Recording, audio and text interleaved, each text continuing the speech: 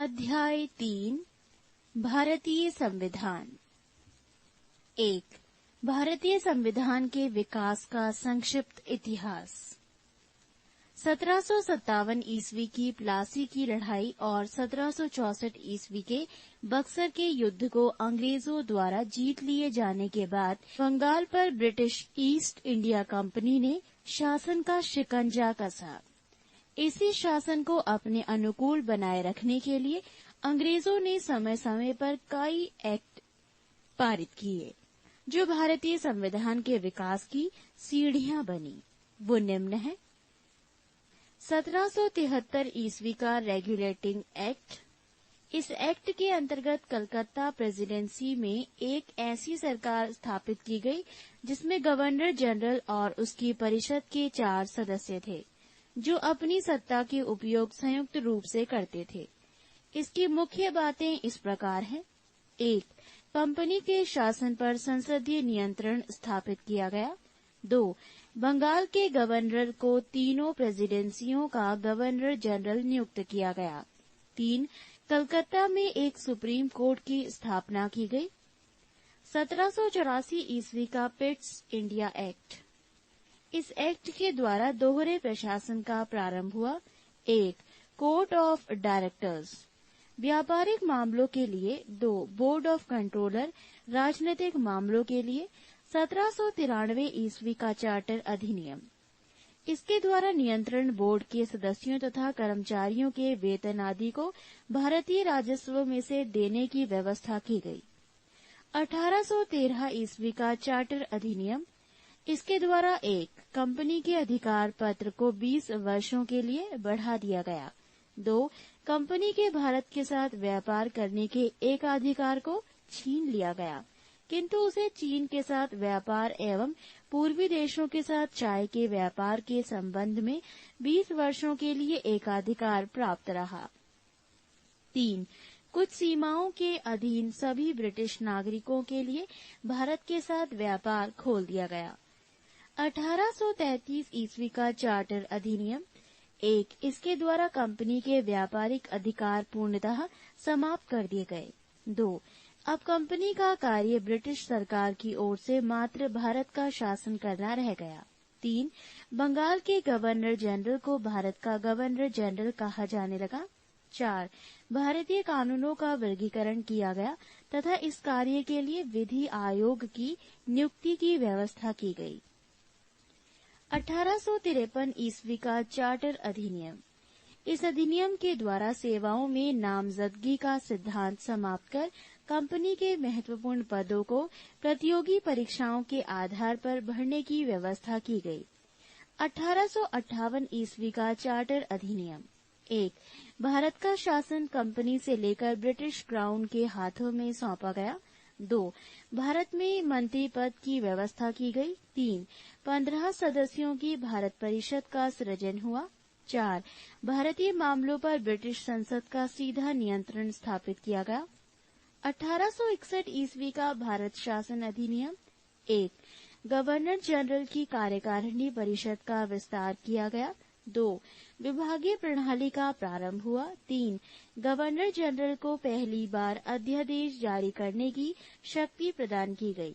4 governor general को बंगाल, उत्तर पश्चिमी सीमा प्रांत और पंजाब में विधान परिषद स्थापित करने की शक्ति प्रदान की गई। 1892 ईस्वी का भारत शासन अधिनियम। 1 अप्रत्यक्ष चुनाव प्रणाली की शुरुआत हुई। 2 इसके द्वारा राजस्व एवं व्यय अथवा बजट पर बहस करने तथा कार्यकारिणी से प्रश्न पूछने की शक्ति दी गई। पृष्ठ 185। 1909 ईस्वी का भारत शासन अधिनियम।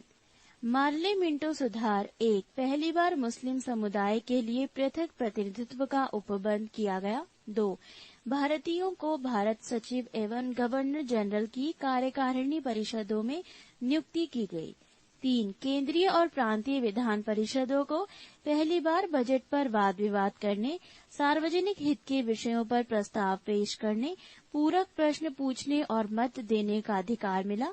4 प्रांतीय विधान परिषदों की संख्या में वृद्धि की गई। 1919 ईस्वी का भारत शासन अधिनियम, मॉन्टेग्यू चेम्सफोर्ड सुधार। 1. केंद्र में द्विसदनात्मक विधायिका की स्थापना की गई। प्रथम राज्य परिषद तथा दूसरी केंद्रीय विधानसभा। राज्य परिषद के सदस्यों की संख्या 60 थी, जिसमें 34 निर्वाचित होते थे और उनका कार्यकाल 5 वर्षों का होता था।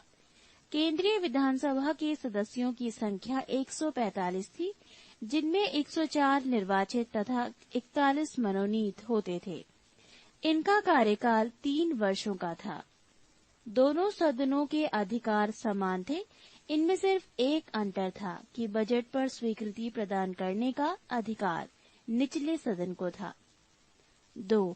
प्रांतों में द्वैध शासन प्रणाली का प्रवर्तन किया गया। इस योजना के अनुसार प्रांतीय विषयों को 2 उपवर्गों में विभाजित किया गया, आरक्षित तथा हस्तांतरित।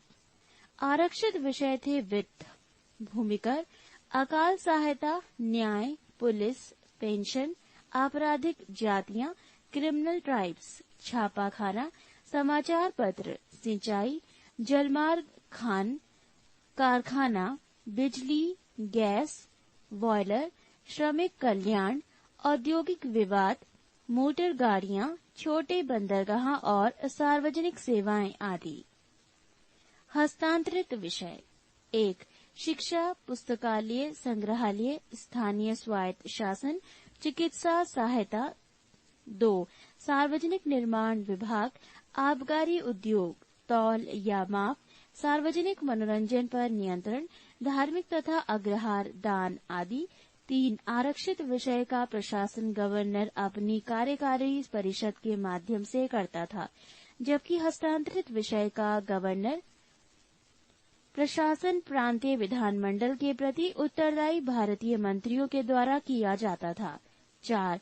द्वैध शासन प्रणाली को 1935 ईस्वी के एक्ट के द्वारा समाप्त कर दिया गया। 5. भारत सचिव को अधिकार दिया गया है कि वो भारत में महालेखा परीक्षक की नियुक्ति कर सकता है। 6.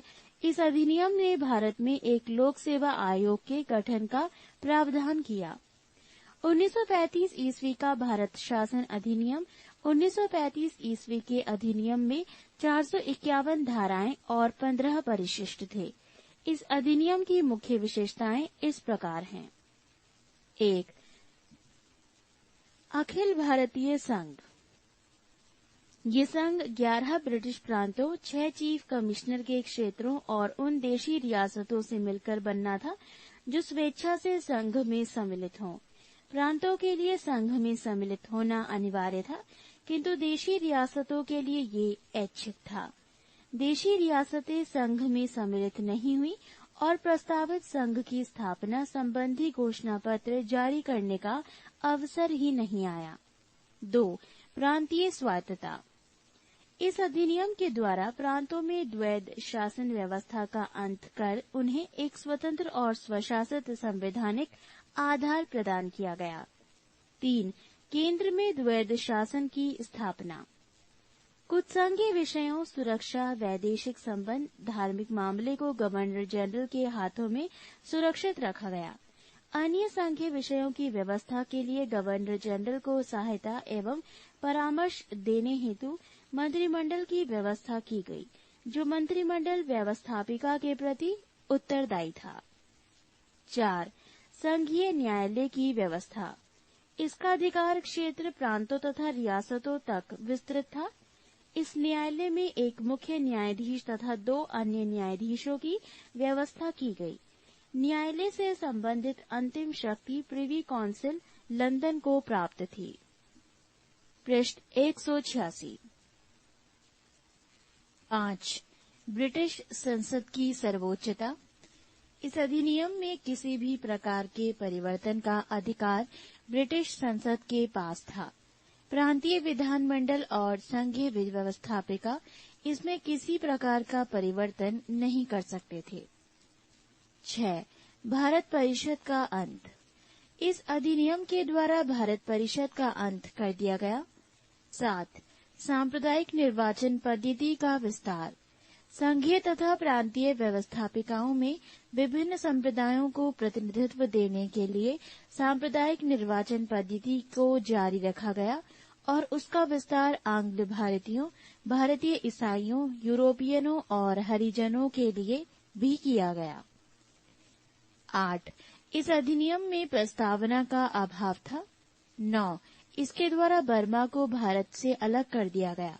अदन को इंग्लैंड के औपनिवेशिक कार्यालय के अधीन कर दिया गया और बरार को मध्य प्रांत में शामिल कर लिया गया। 1947 ईस्वी का भारतीय स्वतंत्रता अधिनियम।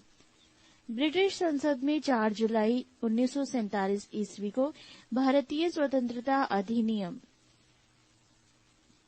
प्रस्तावित किया गया, जो 18 जुलाई 1947 ईस्वी को स्वीकृत हो गया। इस अधिनियम में 20 धाराएं थी। इस अधिनियम के प्रमुख प्रावधान निम्न हैं। 1. 2 अधिराज्यों की स्थापना। 15 अगस्त 1947 ईस्वी को भारत एवं पाकिस्तान नामक 2 अधिराज्य बना दिए जाएंगे और उनको ब्रिटिश सरकार सत्ता सौंप देगी। सत्ता का उत्तरदायित्व दोनों अधिराज्यों की संविधान सभा को सौंपी जाएगी। 2. भारत एवं पाकिस्तान दोनों अधिराज्यों में एक एक गवर्नर जनरल होंगे, जिनकी नियुक्ति उनके मंत्रिमंडल की सलाह से की जाएगी। 3. संविधान सभा का विधानमंडल के रूप में कार्य करना। जब तक संविधान सभाएं संविधान का निर्माण नहीं कर लेती, तब तक वो विधानमंडल के रूप में कार्य करती रहेंगी। 4. भारत मंत्री के पद समाप्त कर दिए जाएंगे। 5. 1935 ईस्वी के भारतीय शासन अधिनियम द्वारा शासन जब तक संविधान सभा द्वारा नया संविधान बनाकर तैयार नहीं किया जाता है, तब तक उस समय 1935 ईस्वी के भारतीय शासन अधिनियम द्वारा ही शासन करेगा। 6. देशी रियासतों पर ब्रिटेन की सर्वोपरिता का अंत कर दिया गया। उनको भारत या पाकिस्तान किसी भी अधिराज्य में सम्मिलित होने और अपने भावी संबंधों का निश्चय करने की स्वतंत्रता प्रदान की गई। 2. भारतीय संविधान सभा। कैबिनेट मिशन की संस्तुतियों के आधार पर भारतीय संविधान की निर्माण करने वाली संविधान सभा का गठन जुलाई 1946 ईस्वी में किया गया। संविधान सभा के सदस्यों की कुल संख्या 389 निश्चित की गई थी, जिनमें 292 ब्रिटिश प्रांतों के प्रतिनिधि, 4 चीफ कमिश्नर क्षेत्रों के प्रतिनिधि एवं 93 देशी रियासतों के प्रतिनिधि थे। मिशन योजना के अनुसार जुलाई 1946 ईस्वी में संविधान सभा का चुनाव हुआ। कुल 389 सदस्यों में से प्रांतों के लिए निर्धारित 296 सदस्यों के लिए चुनाव हुए। इसमें कांग्रेस को 208, मुस्लिम लीग को 73 स्थान एवं 15 अन्य दलों के तथा स्वतंत्र उम्मीदवार निर्वाचित हुए। 9 दिसंबर 1946 ईस्वी को संविधान सभा की प्रथम बैठक नई दिल्ली स्थित कौंसिल चैम्बर के पुस्तकालय भवन में हुई। सभा के सबसे बुजुर्ग सदस्य डॉक्टर सच्चिदानंद सिन्हा को सभा का अस्थायी अध्यक्ष चुना गया। मुस्लिम लीग ने इस बैठक का बहिष्कार किया और पाकिस्तान के लिए बिल्कुल अलग संविधान सभा की मांग प्रारंभ की। हैदराबाद एक ऐसी देशी रियासत थी जिनकी प्रतिनिधि संविधान सभा में सम्मिलित नहीं हुए थे।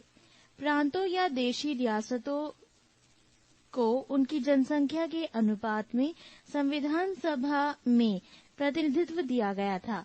साधारणतः 10 लाख की आबादी पर एक स्थान का आवंटन किया गया था।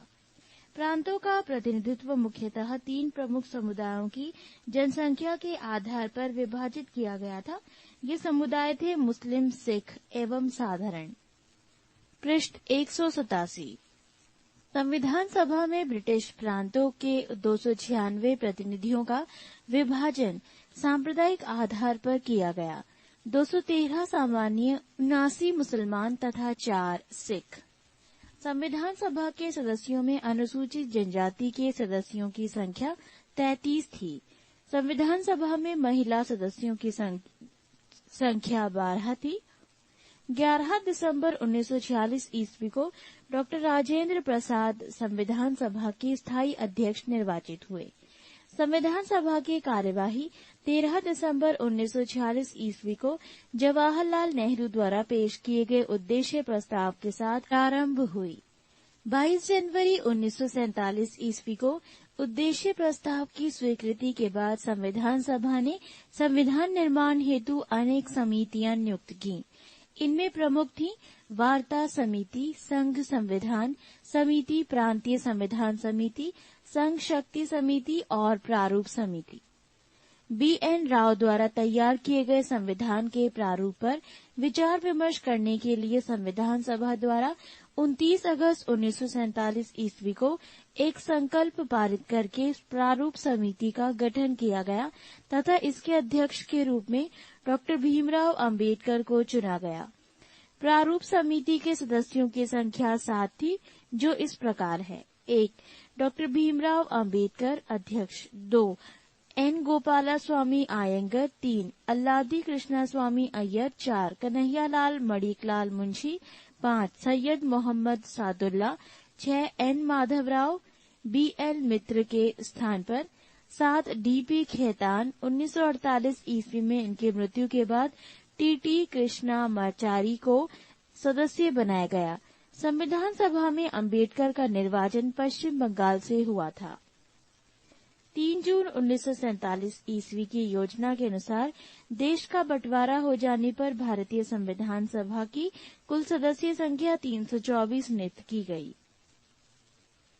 जिसमें 235 स्थान प्रांतों के लिए, 89 स्थान देशी राज्यों के लिए थे। देश विभाजन के बाद संविधान सभा का पुनर्गठन 31 अक्टूबर 1947 ईस्वी को किया गया और 31 दिसंबर 1947 ईस्वी को संविधान सभा के सदस्यों की कुल संख्या 299 थी, जिसमें प्रांतीय सदस्यों की संख्या 229 एवं देशी रियासतों के सदस्यों की संख्या 70 थी। प्रारूप समिति ने संविधान के प्रारूप पर विचार विमर्श करने के बाद 21 फरवरी 1948 ईस्वी को संविधान सभा को अपनी रिपोर्ट पेश की। संविधान सभा में संविधान का प्रथम वाचन 4 नवंबर से 9 नवंबर 1948 ईस्वी तक चला। संविधान पर दूसरा वाचन 15 नवंबर 1948 ईस्वी को प्रारंभ हुआ, जो 17 अक्टूबर 1949 ईस्वी तक चला। संविधान सभा में संविधान का तीसरा वाचन 14 नवंबर 1449 ईस्वी को प्रारंभ हुआ, जो 26 नवंबर 1949 ईस्वी तक चला और संविधान सभा द्वारा संविधान को पारित कर दिया गया। इस समय संविधान सभा के 284 सदस्य उपस्थित थे। संविधान निर्माण की प्रक्रिया में कुल 2 वर्ष 11 महीना और 18 दिन लगे। संविधान के प्रारूप पर कुल 114 दिन बहस हुई। संविधान निर्माण कार्य में कुल मिलाकर 63,96,729 रुपये व्यय है। स्रोत लिया गया है वर्ग 7 हमारी शासन व्यवस्था, Bihar state text book publishing corporation limited से स्रोत समाप्त होता है। संविधान को जब 26 नवंबर 1949 ईस्वी को संविधान सभा द्वारा पारित किया गया, तब इसमें कुल 22 भाग 395 अनुच्छेद और 8 अनुसूचियां थीं। वर्तमान समय में संविधान में 25 भाग 395 अनुच्छेद एवं 12 अनुसूचियां हैं। संविधान सभा की प्रमुख समितियों एवं उनके अध्यक्ष: 1. संचालन समिति डॉक्टर राजेंद्र प्रसाद, 2. संघ संविधान समिति पंडित जवाहरलाल नेहरू, 3. प्रांतीय संविधान समिति सरदार वल्लभ भाई पटेल, 4. प्रारूप समिति पंडित डॉक्टर भीमराव अंबेडकर, 5. झंडा समिति JB कृपलानी, 6. संघ शक्ति समिति पंडित जवाहरलाल नेहरू। पृष्ठ 188। संविधान के कुल अनुच्छेदों में से 15 अर्थात 5, 6, 7, 8, 9, 60, 324, 366, 367, 372, 380, 388, 391 और 392 तथा 393 अनुच्छेदों को 26 नवंबर 1949 ईस्वी को ही प्रवर्तित कर दिया गया, जबकि शेष अनुच्छेदों को 26 जनवरी 1950 ईस्वी को लागू किया गया। संविधान सभा की अंतिम बैठक 24 जनवरी 1950 ईस्वी को हुई और उसी दिन संविधान सभा के द्वारा डॉक्टर राजेंद्र प्रसाद को भारत का प्रथम राष्ट्रपति चुना गया। कैबिनेट मिशन के सदस्य sir Stafford Cripps, lord Pethick Lawrence तथा A.B. अलेक्जेंडर थे। नोट: 26 जुलाई 1947 ईस्वी को गवर्नर जनरल ने पाकिस्तान के लिए पृथक संविधान सभा की स्थापना की घोषणा की। कैबिनेट मिशन 1945 ईस्वी के प्रस्ताव पर गठित अंतरिम मंत्रिमंडल। 1. मंत्री जवाहरलाल नेहरू, विभाग कार्यकारी परिषद के उपाध्यक्ष विदेशी मामले तथा राष्ट्रमंडल। 2. वल्लभ भाई पटेल, विभाग गृह सूचना तथा प्रसारण। 3. बलदेव सिंह, रक्षा। 4. जॉन मैथाई, उद्योग तथा आपूर्ति। 5. सी राजगोपालाचार्य, शिक्षा। 6. C.H. भाभा, कार्य खान एवं बंदरगाह। 7. राजेंद्र प्रसाद, खाद्य एवं कृषि। 8. आसफ अली, रेलवे। 9. जगजीवन राम, श्रम। मंत्रिमंडल में शामिल मुस्लिम लीग के सदस्य। 1. लियाकत अली खां, वित्त। 11. I. चुंद्रीगर, वाणिज्य। 12. अब्दुल रब नश्तहर, संचार। 13. जोगेंद्र नाथ मंडल, विधि। 14. गजानतर अली खां, स्वास्थ्य। 3. भारतीय संविधान की उद्देशिका अथवा प्रस्तावना। नेहरू द्वारा प्रस्तुत उद्देश्य संकल्प में जो आदर्श प्रस्तुत किया गया, उन्हें ही संविधान की उद्देशिका में शामिल कर लिया गया। संविधान के 42वें संशोधन 1976 द्वारा यथा संशोधित ये उद्देशिका निम्न प्रकार है। हम भारत के लोग भारत को एक संपूर्ण प्रभुत्व संपन्न समाजवादी पंथ निरपेक्ष लोकतंत्रात्मक गणराज्य बनाने के लिए तथा उसके समस्त नागरिकों को सामाजिक, आर्थिक और राजनीतिक न्याय, विचार, अभिव्यक्ति, विश्वास, धर्म और उपासना की स्वतंत्रता, प्रतिष्ठा और अवसर की समता प्राप्त करने के लिए तथा उन सब में व्यक्ति की गरिमा और राष्ट्र की एकता और अखंडता सुनिश्चित करने वाली बंधुता बढ़ाने के लिए दृढ़ संकल्प होकर अपनी इस संविधान सभा में आज तारीख 26 नवंबर 1949 ईस्वी मिति मार्गशीर्ष शुक्ल सप्तमी संवत 2006 विक्रमी को एतद द्वारा इस संविधान को अंगीकृत, अधिनियमित और आत्मार्पित करते हैं। प्रस्तावना की मुख्य बातें। संविधान की प्रस्तावना को संविधान की कुंजी कहा जाता है। प्रस्तावना के अनुसार संविधान के अधीन समस्त शक्तियों का केंद्र बिंदु अथवा स्रोत भारत के लोग ही हैं। प्रस्तावना में लिखित शब्द यथा हम भारत के लोग इस संविधान को अंगीकृत, अधिनियमित और आत्मार्पित करते हैं। भारतीय लोगों की सर्वोच्च संप्रभुता का उद्घोष करते हैं। प्रस्तावना को न्यायालय में परिवर्तित नहीं किया जा सकता। ये निर्णय यूनियन ऑफ इंडिया बनाम मदन गोपाल 1957 के निर्णय में घोषित किया गया। पृष्ठ 189। पेरूबाड़ी यूनियन वाद 1960 में सर्वोच्च न्यायालय ने निर्णय दिया कि जहां संविधान की भाषा संदिग्ध हो, वहां प्रस्तावना विधिक निर्वाचन में सहायता करती है। बेरूबाड़ी बाद में ही सर्वोच्च न्यायालय ने प्रस्तावना को संविधान का अंग नहीं माना, इसीलिए विधायिका प्रस्तावना में संशोधन नहीं कर सकती। परंतु सर्वोच्च न्यायालय के केशवानंद भारती बनाम केरल राज्यवाद 1973 में कहा कि प्रस्तावना संविधान का अंग है, इसलिए विधायिका संसद उसमें संशोधन कर सकती है। केशवानंद भारती बाद में ही सर्वोच्च न्यायालय में मूल ढांचा का सिद्धांत थ्योरी ऑफ बेसिक स्ट्रक्चर दिया तथा प्रस्तावना को संविधान का मूल ढांचा माना। संसद संविधान की मूल ढांचा में नकारात्मक संविधान संशोधन नहीं कर सकती है। स्पष्टतः संसद वैसा संशोधन कर सकती है जिससे मूल ढांचा का विस्तार व मजबूतीकरण होता है। 42वें संविधान संशोधन अधिनियम 1976 के द्वारा इसमें समाजवादी, पंथ निरपेक्ष और राष्ट्र की अखंडता शब्द जोड़े गए हैं। 4. भारतीय संविधान के विदेशी स्रोत। भारत के संविधान के निर्माण में निम्न देशों के संविधान में सहायता ली गई है।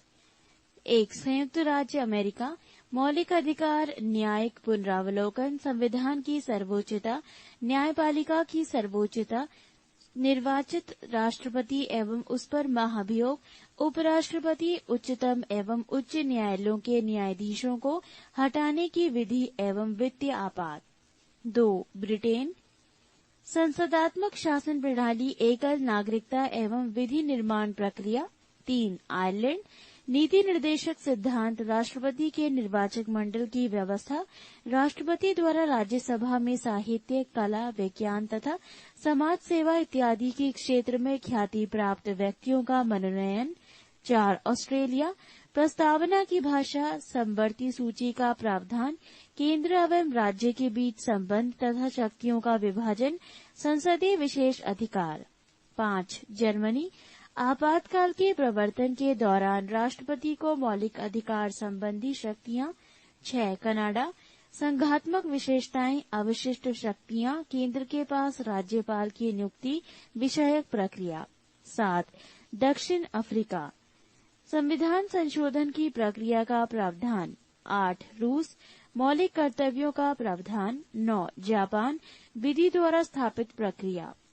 नोट: भारतीय संविधान के अनेक देशी और विदेशी स्रोत हैं, लेकिन भारतीय संविधान पर सबसे अधिक प्रभाव भारतीय शासन अधिनियम 1935 का है। भारतीय संविधान के 395 अनुच्छेदों में से लगभग 250 अनुच्छेद ऐसे हैं जो 1935 ईस्वी के अधिनियम से या तो शब्दशः ले लिए गए हैं या फिर उनमें बहुत थोड़ा परिवर्तन के साथ लिया गया है। 5. भारतीय संविधान की अनुसूची। प्रथम अनुसूची। इसमें भारतीय संघ के घटक राज्यों, 28 राज्यों एवं संघ शासित 7 क्षेत्रों का उल्लेख है। नोट: संविधान के 69वें संशोधन के द्वारा दिल्ली को राष्ट्रीय राजधानी क्षेत्र का दर्जा दिया गया है। द्वितीय अनुसूची। इसमें भारतीय राज्य व्यवस्था के विभिन्न पदाधिकारियों, राष्ट्रपति, राज्यपाल, लोकसभा के अध्यक्ष और उपाध्यक्ष, राज्यसभा के सभापति एवं उपसभापति, विधानसभा के अध्यक्ष और उपाध्यक्ष, विधान परिषद के सभापति एवं उपसभापति, उच्चतम न्यायालय और उच्च न्यायालयों के न्यायाधीशों और भारत के नियंत्रक, महालेखा परीक्षक आदि को प्राप्त होने वाले वेतन, भत्ते और पेंशन आदि का उल्लेख किया गया है। तृतीय अनुसूची। इसमें विभिन्न पदाधिकारियों, राष्ट्रपति, उपराष्ट्रपति, मंत्री, उच्चतम एवं उच्च न्यायालय के न्यायाधीशों द्वारा पद ग्रहण के समय ली जाने वाली शपथ का उल्लेख है। पृष्ठ 190। चौथी अनुसूची। इसमें विभिन्न राज्यों तथा क्षेत्रों की राज्यसभा में प्रतिनिधित्व का विवरण दिया गया है। पांचवी अनुसूची। इस विभिन्न अनुसूचित क्षेत्रों और अनुसूचित जनजाति के प्रशासन और नियंत्रण के बारे में उल्लेख है। छठी अनुसूची।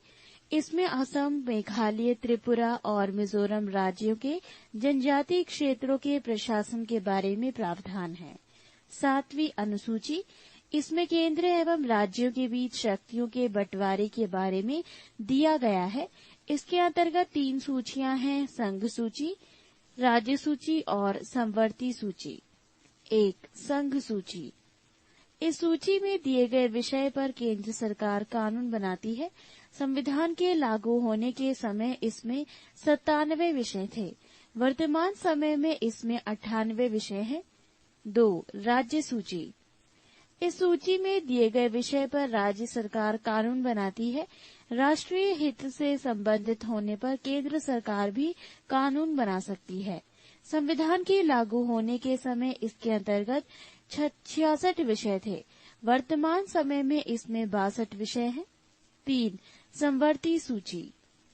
इसके अंतर्गत दिए गए विषय पर केंद्र एवं राज्य दोनों सरकारें कानून बना सकती हैं, परंतु कानून के विषय सामने होने पर केंद्र सरकार द्वारा बनाया गया कानून ही मान्य होता है। राज्य सरकार द्वारा बनाया गया कानून केंद्र सरकार के कानून का बनाने के साथ ही समाप्त हो जाता है। संविधान के लागू होने के समय समवर्ती सूची में 47 विषय थे। वर्तमान समय में इसमें 52 विषय है। नोट: समवर्ती सूची का प्रावधान जम्मू कश्मीर राज्य के संबंध में नहीं है। 8वीं अनुसूची।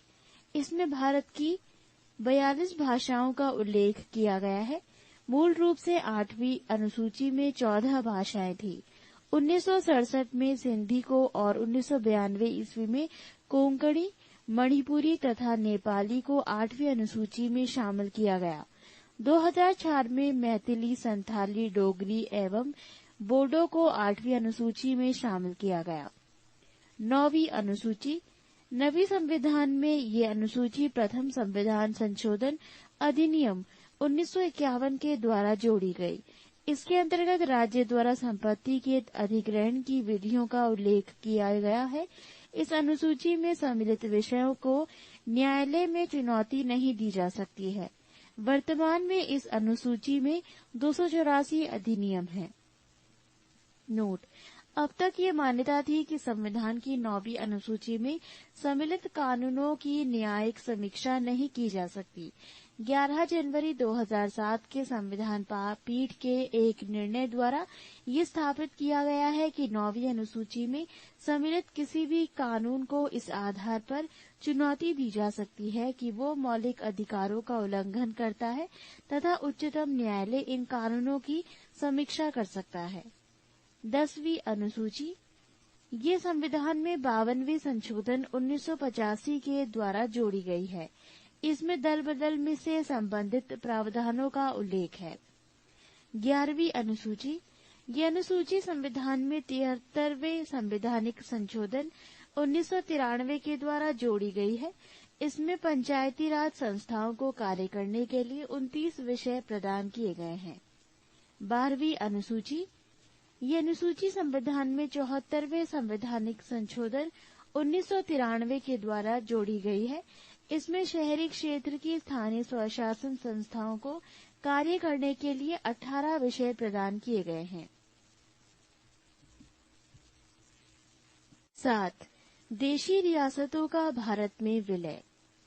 देशी रियासतों को भारत में सम्मिलित करने के लिए सरदार वल्लभ भाई पटेल के नेतृत्व रियासती मंत्रालय बनाया गया। जूनागढ़ रियासत को जनमत संग्रह के आधार पर, हैदराबाद की रियासत को पुलिस कार्यवाही के माध्यम से और जम्मू कश्मीर रियासत को विलय पत्र पर हस्ताक्षर के द्वारा भारत में मिलाया गया। पृष्ठ 191। 7. संघ और उसका राज्य क्षेत्र। भारत राज्यों का संघ है, जिसमें संप्रति 28 राज्य और 7 केंद्र शासित प्रदेश हैं। अनुच्छेद 1 भारत अर्थात इंडिया राज्यों का संघ होगा। 2. राज्य और उनके राज्य क्षेत्र वो होंगे जो पहली अनुसूची में विनिर्दिष्ट है। 3. भारत के राज्य क्षेत्र में अर्जित किए गए अन्य राज्य क्षेत्र समाविष्ट होंगे। अनुच्छेद 2 भारत की संसद के विधि द्वारा ऐसे निर्बंधों और शर्तों पर जो वह ठीक समझे संघ में नए राज्य का प्रवेश या उनकी स्थापना की शक्ति प्रदान की गई। अनुच्छेद 3 नए राज्यों का निर्माण और वर्तमान राज्यों के क्षेत्रों, सीमाओं या नामों में परिवर्तन संसद विधि द्वारा कर सकती है। 8. राज्यों का पुनर्गठन। भाषा के आधार पर राज्यों का पुनर्गठन उचित है या नहीं, इसकी जांच के लिए संविधान सभा के अध्यक्ष राजेंद्र प्रसाद ने इलाहाबाद उच्च न्यायालय के अवकाश प्राप्त न्यायाधीश S.K. धर की अध्यक्षता में एक 4 सदस्यीय आयोग की नियुक्ति की। इस आयोग ने भाषा के आधार पर राज्यों के पुनर्गठन का विरोध किया और प्रशासनिक सुविधा के आधार पर राज्यों के पुनर्गठन का समर्थन किया। धर आयोग के निर्णयों की परीक्षा करने के लिए कांग्रेस कार्य समिति ने अपने जयपुर अधिवेशन में जवाहरलाल नेहरू, वल्लभ भाई पटेल और पट्टाभी सितार मैया की एक समिति का गठन किया। इस समिति ने भाषाई आधार पर राज्यों के पुनर्गठन की मांग को खारिज कर दिया। नेहरू, पटेल एवं सितार मैया जेवीपी समिति की रिपोर्ट के बाद मद्रास राज्य के तेलुगु भाषियों ने पोटी श्री राम मुल्लू के नेतृत्व में आंदोलन प्रारंभ किया। 56 दिन के आमरण अनशन के बाद 15 दिसंबर 1952 ईस्वी को रामुल्लू की मृत्यु हो गई। रामुल्लू की मृत्यु के बाद प्रधानमंत्री नेहरू ने तेलुगु भाषियों के लिए पृथक आंध्र प्रदेश के गठन की घोषणा कर दी। 1 अक्टूबर 1953 ईस्वी को आंध्र प्रदेश राज्य का गठन हो गया। ये राज्य स्वतंत्र भारत में भाषा के आधार पर गठित होने वाला पहला राज्य था। उस समय आंध्र प्रदेश की राजधानी कर्नूल थी। राज्य पुनर्गठन आयोग के अध्यक्ष फजल अली थे। इसके अन्य सदस्य पंडित हृदयनाथ कुंजरू और सरदार के.एम. पाणिक्कर थे। राज्य पुनर्गठन अधिनियम जुलाई 1956 ईस्वी में पास किया गया। इसके अनुसार भारत में 14 राज्य एवं 6 केंद्र शासित प्रदेश स्थापित किए गए। नवंबर 1954 ईस्वी को फ्रांस की सरकार ने अपनी सभा बस्तियां पौंडीचेरी या नाम चंद्रनगर और केरिकल को भारत को सौंप दिया। 28 मई 1956 ईस्वी को इस संबंध में संधि पर हस्ताक्षर हो गए। इसके बाद इन सभी को मिलाकर पौंडीचेरी संघ राज्य क्षेत्र का गठन किया गया। भारत सरकार ने 18 दिसंबर 1961 ईस्वी को गोवा, दमन व द्वीप की मुक्ति के लिए पुर्तगालियों के विरुद्ध कार्यवाही की और उन पर पूर्ण अधिकार कर लिया। 12वें संविधान संशोधन द्वारा गोवा, दमन व द्वीप को प्रथम परिशिष्ट में शामिल करके भारत का अभिन्न अंग बना दिया गया। 1 मई 1960 ईस्वी को मराठी एवं गुजराती भाषियों के बीच संघर्ष के कारण बम्बई राज्य का बंटवारा करके महाराष्ट्र एवं गुजरात नामक 2 राज्यों की स्थापना की गई। नागा आंदोलन के कारण असम को विभाजित करके 1 दिसंबर 1963 ईस्वी में नागालैंड को अलग राज्य बनाया गया। 1 नवंबर 1966 ईस्वी में पंजाब को विभाजित करके पंजाब यानी पंजाबी भाषा एवं हरियाणा हिंदी भाषी 2 राज्य बना दिए गए। 25 जनवरी 1971 ईस्वी को हिमाचल प्रदेश को पूर्ण राज्य का दर्जा दिया गया। 21 जनवरी 1972 ईस्वी मणिपुर, त्रिपुरा एवं मेघालय को पूर्ण राज्य का दर्जा दिया गया। पृष्ठ 192। 26 अप्रैल 1975 ईस्वी को सिक्किम भारत का 22वां राज्य बना। 20 फरवरी 1987 ईस्वी में मिजोरम एवं अरुणाचल प्रदेश को पूर्ण राज्य का दर्जा दिया गया। 30 मई 1987 ईस्वी में गोवा को 25वां राज्य का दर्जा दिया गया। 1 नवंबर 2000 ईस्वी को छत्तीसगढ़ 26वां राज्य, 9 नवंबर 2000 ईस्वी उत्तरांचल अब उत्तराखंड 27वां राज्य एवं 15 नवंबर 2000 ईस्वी को झारखंड 28वां राज्य बनाया गया। वर्तमान समय में भारत में 28 राज्य एवं 7 संघ राज्य क्षेत्र हैं। इन्हें ही संविधान की प्रथम अनुसूची में शामिल किया गया है। क्षेत्रीय परिषद। भारत में 5 क्षेत्रीय परिषद है। इनका गठन राष्ट्रपति के द्वारा किया जाता है और केंद्रीय गृह मंत्री या राष्ट्रपति द्वारा मनोनीत केंद्रीय मंत्री क्षेत्रीय परिषद का अध्यक्ष होता है। संबंधित राज्यों के मुख्यमंत्री उपाध्यक्ष होते हैं, जो प्रतिवर्ष बदलते रहते हैं। नए राज्यों का गठन वर्ष: आंध्र प्रदेश 1953 ईस्वी, महाराष्ट्र 1960 ईस्वी, गुजरात 1960 ईस्वी, नागालैंड 1963 ईस्वी, हरियाणा 1966 ईस्वी, हिमाचल प्रदेश 1971 ईस्वी, मेघालय 1972 ईस्वी, मणिपुर, त्रिपुरा 1972 ईस्वी, सिक्किम 1975 ईस्वी, मिजोरम, अरुणाचल प्रदेश, गोवा 1987 ईस्वी, छत्तीसगढ़, उत्तराखंड एवं झारखंड 2000 ईस्वी।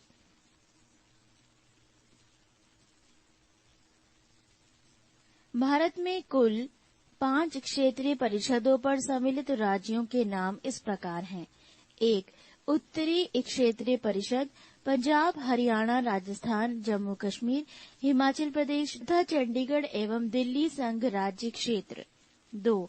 मध्य क्षेत्रीय परिषद उत्तर प्रदेश, मध्य प्रदेश, उत्तराखंड एवं छत्तीसगढ़। 3. पूर्वी क्षेत्रीय परिषद बिहार, पश्चिम बंगाल, उड़ीसा, झारखंड, असम, सिक्किम, मणिपुर, त्रिपुरा, मेघालय, नागालैंड, अरुणाचल प्रदेश तथा मिजोरम। 4. पश्चिमी क्षेत्रीय परिषद गुजरात, महाराष्ट्र, गोवा राज्य, दमन द्वीप एवं दादर तथा नगर हवेली संघ राज्य क्षेत्र। 5. दक्षिणी क्षेत्रीय परिषद आंध्र प्रदेश, केरल, कर्नाटक एवं तमिलनाडु राज्य एवं पुदुचेरी संघ राज्य क्षेत्र। 9. भारतीय संविधान के प्रमुख भाग। भाग 1 संघ एवं उसका राज्य क्षेत्र अनुच्छेद 1 से 4। भाग 2 नागरिकता अनुच्छेद 5 से 11। भाग 3 मौलिक अधिकार अनुच्छेद 12 से 35। भाग 4 नीति निर्देशक तत्व अनुच्छेद 36 से 51। भाग 4 का मूल कर्तव्य अनुच्छेद 51 का। भाग 5 संघ अनुच्छेद 52 से 151। भाग 6 राज्य 152 से 237। भाग 8 संघ राज्य क्षेत्र अनुच्छेद 239 से 242। भाग 11 संघ और राज्यों के बीच संबंध अनुच्छेद 245 से 263। भाग 14 संघ एवं राज्यों के अधीन सेवाएं अनुच्छेद 308 से 323। भाग 15 निर्वाचन अनुच्छेद 324 से 329। भाग 17 राजभाषा अनुच्छेद 343 से 351। भाग 18 आपात उपबंध अनुच्छेद 352 से 360। भाग 20 संविधान संशोधन अनुच्छेद 368। पृष्ठ 193। 10 भारतीय नागरिकता भाग 2 अनुच्छेद 5 से 11। भारत में एकल नागरिकता का प्रावधान है। भारतीय नागरिकता अधिनियम 1955 ईस्वी के अनुसार निम्न में से किसी एक आधार पर नागरिकता प्राप्त की जा सकती है। 1. जन्म से प्रत्येक व्यक्ति जिसका जन्म संविधान लागू होने अर्थात 26 जनवरी 1950 ईस्वी को या उसके पश्चात भारत में हुआ हो, वो जन्म से भारत का नागरिक होगा। अपवाद राजनयिकों के बच्चे, विदेशियों के बच्चे। 2. वंश परंपरा द्वारा नागरिकता भारत के बाहर अन्य देश में 26 जनवरी 1950 ईस्वी पश्चात जन्म लेने वाला व्यक्ति भारत का नागरिक माना जाएगा यदि उसके जन्म के समय माता पिता में से कोई भारत का नागरिक हो। नोट: माता की नागरिकता के आधार पर विदेश में जन्म लेने वाले व्यक्ति को नागरिकता प्रदान करने का प्रावधान नागरिकता संशोधन अधिनियम 1992 ईस्वी द्वारा किया गया है। 3. देशीयकरण द्वारा नागरिकता भारत सरकार के देशीयकरण का प्रमाण पत्र प्राप्त कर भारत की नागरिकता प्राप्त की जा सकती है। 4. पंजीकरण द्वारा नागरिकता निम्नलिखित वर्गों में आने वाले लोग पंजीकरण के द्वारा भारत की नागरिकता प्राप्त कर सकते हैं। 1. वो व्यक्ति जो पंजीकरण प्रार्थना पत्र देने की तिथि से 6 माह पूर्व से भारत में रह रहे हों। 2. वो भारतीय जो अविभाज्य भारत से बाहर किसी देश पे निवास कर रहे हों। 3. वो स्त्रियां जो भारतीयों से विवाह कर चुकी हैं या भविष्य में विवाह करेंगी। 4. भारतीय नागरिकों से के नाबालिग बच्चे। 5. राष्ट्रमंडलीय देशों के नागरिक जो भारत में रहते हों या भारत सरकार की नौकरी कर रहे हों, आवेदन पत्र देकर भारत की नागरिकता प्राप्त कर सकते हैं। 5. भूमि विस्तार द्वारा यदि किसी नए भूभाग को भारत में शामिल किया जाता है तो उस क्षेत्र में निवास करने वाले व्यक्तियों को स्वतः भारत की नागरिकता प्राप्त हो जाती है। भारतीय नागरिकता संशोधन अधिनियम 1986। इस अधिनियम के आधार पर भारतीय नागरिकता संशोधन अधिनियम 1955 में निम्न संशोधन किए गए हैं। 1. अब भारत में जन्मे केवल उस व्यक्ति को ही नागरिकता प्रदान की जाएगी जिसके माता पिता में से एक भारत का नागरिक हो। 2. जो व्यक्ति पंजीकरण के माध्यम से भारतीय नागरिकता प्राप्त करना चाहते हैं, उन्हें अब भारत में कम से कम 5 वर्षों तक निवास करना होगा। पहले ये अवधि 6 माह थी। 3. देशीयकरण द्वारा नागरिकता तभी प्रदान की जाएगी जबकि संबंधित व्यक्ति कम से कम 10 वर्षों तक भारत में रह चुका हो। पहले यह अवधि 5 वर्ष थी। नागरिकता संशोधन अधिनियम 1986 जम्मू कश्मीर व असम सहित भारत के सभी राज्यों पर लागू होगा। भारतीय नागरिकता का अंत। भारतीय नागरिकता का अंत निम्न प्रकार से हो सकता है। 1. नागरिकता का परित्याग करने से। 2. किसी अन्य देश की नागरिकता स्वीकार कर लेने पर। 3. सरकार द्वारा नागरिकता छीनने पर। नोट: जम्मू कश्मीर राज्य के विधानमंडल को निम्न विषयों के संबंध में राज्य में स्थायी रूप से निवास करने वाले व्यक्तियों को अधिकार तथा विशेष अधिकार प्रदान करने की शक्ति प्रदान की गई है। 1. राज्य के अधीन नियोजन के संबंध में। 2. राज्य में अचल संपत्ति के अर्जन के संबंध में। 3. राज्य में स्थायी रूप से बस जाने के संबंध में। 4. छात्रवृत्तियां अथवा इसी प्रकार की सहायता जो राज्य सरकार प्रदान करे। पृष्ठ 194। 11. मौलिक अधिकार। इसे संयुक्त राज्य अमेरिका के संविधान से लिया गया है। इसका वर्णन संविधान के भाग 3 में अनुच्छेद 12 से अनुच्छेद 35 है। संविधान के भाग 3 को भारत का अधिकार पत्र मैग्ना कार्टा कहा जाता है। इसे मूल अधिकारों का जन्मदाता भी कहा जाता है। मौलिक अधिकारों में संशोधन हो सकता है एवं राष्ट्रीय आपात के दौरान अनुच्छेद 352 जीवन एवं व्यक्तिगत स्वतंत्रता के अधिकार को छोड़कर अन्य मौलिक अधिकारों को स्थगित किया जा सकता है। मूल संविधान में 7 मौलिक अधिकार थे, लेकिन 44वें संविधान संशोधन 1979 ईस्वी के द्वारा संपत्ति का अधिकार अनुच्छेद 31 एवं 19 का को मौलिक अधिकार की सूची से हटाकर इसे संविधान के अनुच्छेद 300A के अंतर्गत कानूनी अधिकार के रूप में रखा गया है। नोट: 1931 ईस्वी में कराची अधिवेशन अध्यक्ष सरदार वल्लभ भाई पटेल में कांग्रेस ने घोषणा पत्र में मूल अधिकारों की मांग की। मूल अधिकारों का प्रारूप जवाहरलाल नेहरू ने बनाया था। मूल अधिकार। 1. समता या समानता का अधिकार अनुच्छेद 14 से 18। 2. स्वतंत्रता का अधिकार अनुच्छेद 19 से 22। 3.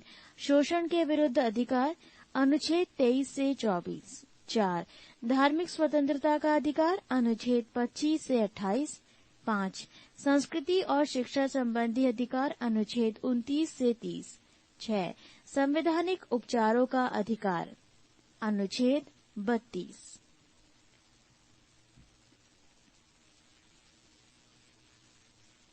1. समता या समानता का अधिकार अनुच्छेद 14 विधि के समक्ष समता। इसका अर्थ ये है कि राज्य सभी व्यक्तियों के लिए एक समान कानून बनाएगा तथा उन पर एक समान लागू करेगा। अनुच्छेद 15 धर्म, नस्ल, जाति, लिंग या जन्म स्थान के आधार पर भेदभाव का निषेध। राज्य के द्वारा धर्म, मूल वंश, जाति, लिंग एवं जन्म स्थान आदि के आधार पर नागरिकों के प्रति जीवन के किसी भी क्षेत्र में भेदभाव नहीं किया जाएगा। अनुच्छेद 16 लोक नियोजन के विषय में अवसर की समता। राज्य के अधीन किसी पद पर नियोजन या नियुक्ति से संबंधित विषयों में सभी नागरिकों के लिए अवसर की समानता होगी। अपवाद अनुसूचित जाति, अनुसूचित जनजाति एवं पिछड़ा वर्ग। अनुच्छेद 17 अस्पृश्यता का अंत। अस्पृश्यता के उन्मूलन के लिए इसे दंडनीय अपराध घोषित किया गया है। अनुच्छेद 18 उपाधियों का अंत। सेना या विधा संबंधी सम्मान के सिवाय अन्य कोई भी उपाधि राज्य द्वारा प्रदान नहीं की जाएगी। भारत का कोई नागरिक किसी अन्य देश से बिना राष्ट्रपति की आज्ञा के कोई उपाधि स्वीकार नहीं कर सकता है। 2. स्वतंत्रता का अधिकार। अनुच्छेद 19 मूल संविधान में 7 तरह की स्वतंत्रता का उल्लेख था, अब सिर्फ 6 हैं। 19A बोलने की स्वतंत्रता, 19B शांतिपूर्वक बिना हथियारों के एकत्रित होने और सभा करने की स्वतंत्रता, 19C संघ बनाने की स्वतंत्रता, 19D देश के किसी भी क्षेत्र में आवागमन की स्वतंत्रता, 19E देश के किसी भी क्षेत्र में निवास करने और बसने की स्वतंत्रता। अपवाद जम्मू कश्मीर। 19F संपत्ति का अधिकार, 44वां संविधान संशोधन 1979 के द्वारा हटा दिया गया। 19G कोई भी व्यापार एवं जीविका चलाने की स्वतंत्रता।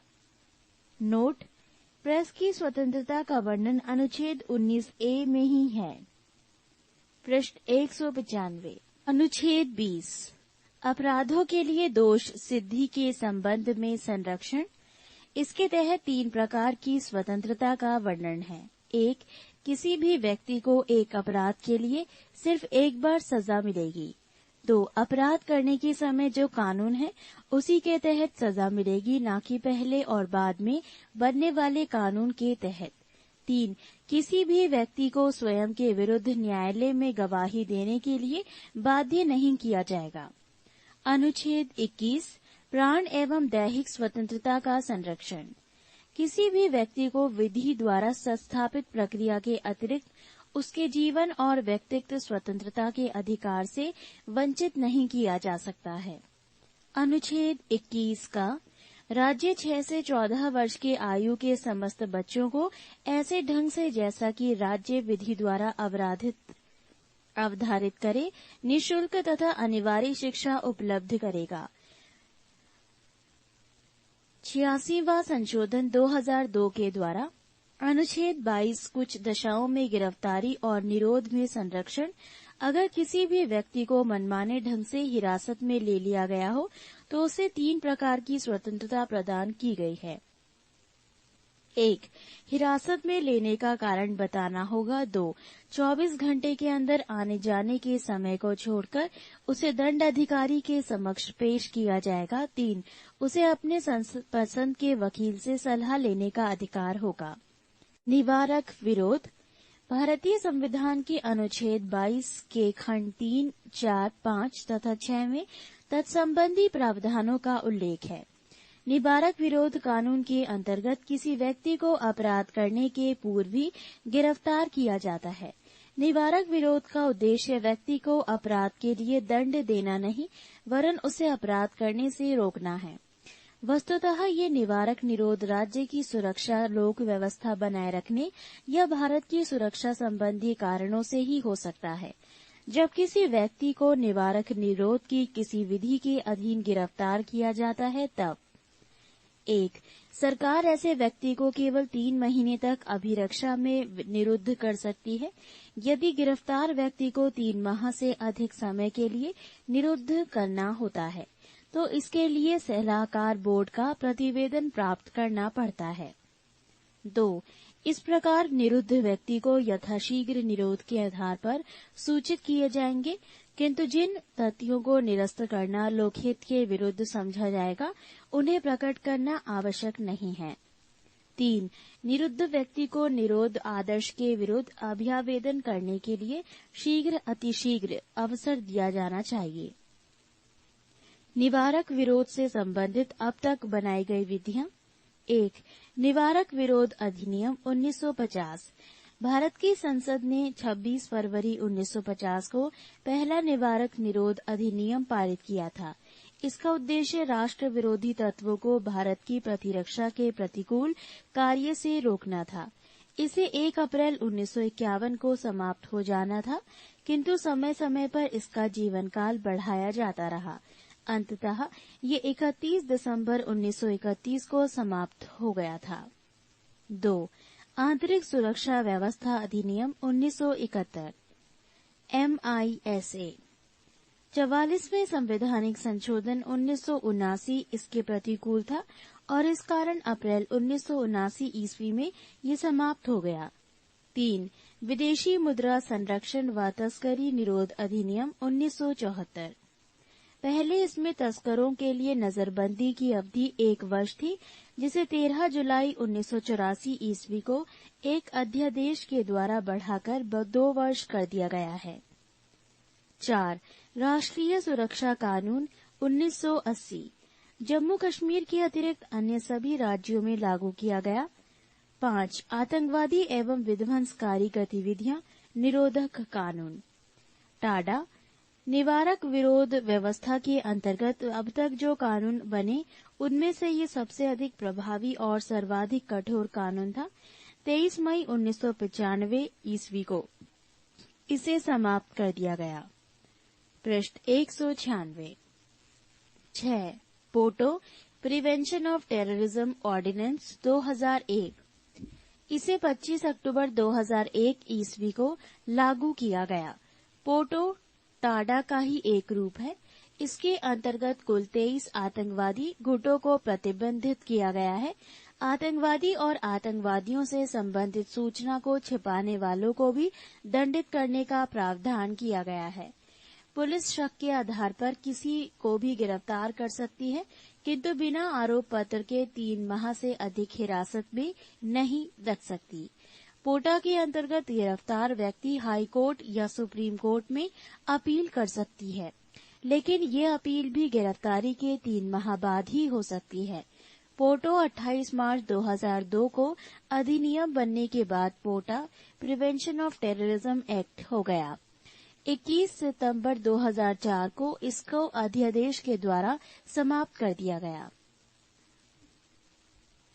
3. शोषण के विरुद्ध अधिकार अनुच्छेद 23 मानव के दुर्व्यापार और बलात् श्रम का प्रतिषेध। इसके द्वारा किसी व्यक्ति की खरीद बिक्री, बेगारी तथा इसी प्रकार का अन्य जबरदस्ती लिया हुआ श्रम निषिद्ध ठहराया गया है, जिसका उल्लंघन विधि के अनुसार दंडनीय अपराध है। नोट: जरूरत पड़ने पर राष्ट्रीय सेवा करने के लिए बाध्य किया जा सकता है। अनुच्छेद 24 बालकों के नियोजन का प्रतिषेध। 14 वर्ष से कम आयु वाले किसी बच्चे को कारखानों, खानों या अन्य किसी जोखिम भरे काम पर नियुक्त नहीं किया जा सकता है। 4. धार्मिक स्वतंत्रता का अधिकार। अनुच्छेद 25 अंतःकरण की और धर्म के अबाध रूप से मानने, आचरण और प्रचार करने की स्वतंत्रता। कोई भी व्यक्ति किसी भी धर्म को मान सकता है और उसका प्रचार प्रसार कर सकता है। अनुच्छेद 26 धार्मिक कार्यों के प्रबंध की स्वतंत्रता। व्यक्ति को अपने धर्म के लिए संस्थाओं की स्थापना व पोषण करने, विधि सम्मत संपत्ति के अर्जन, स्वामित्व व प्रशासन का अधिकार है। अनुच्छेद 27 राज्य किसी भी व्यक्ति को ऐसे कर देने के लिए बाध्य नहीं कर सकता है जिसकी आय किसी विशेष धर्म अथवा धार्मिक संप्रदाय की उन्नति या पोषण में व्यय करने के लिए विशेष रूप से निश्चित कर दी गई है। अनुच्छेद 28 राज्य विधि से पूर्णतः पोषित किसी शिक्षा संस्था में कोई धार्मिक शिक्षा नहीं दी जाएगी। ऐसे शिक्षण संस्थान अपने विद्यार्थियों को किसी धार्मिक अनुष्ठान में भाग लेने या किसी धर्मोपदेश को बलात् सुनने हेतु बाध्य नहीं कर सकते।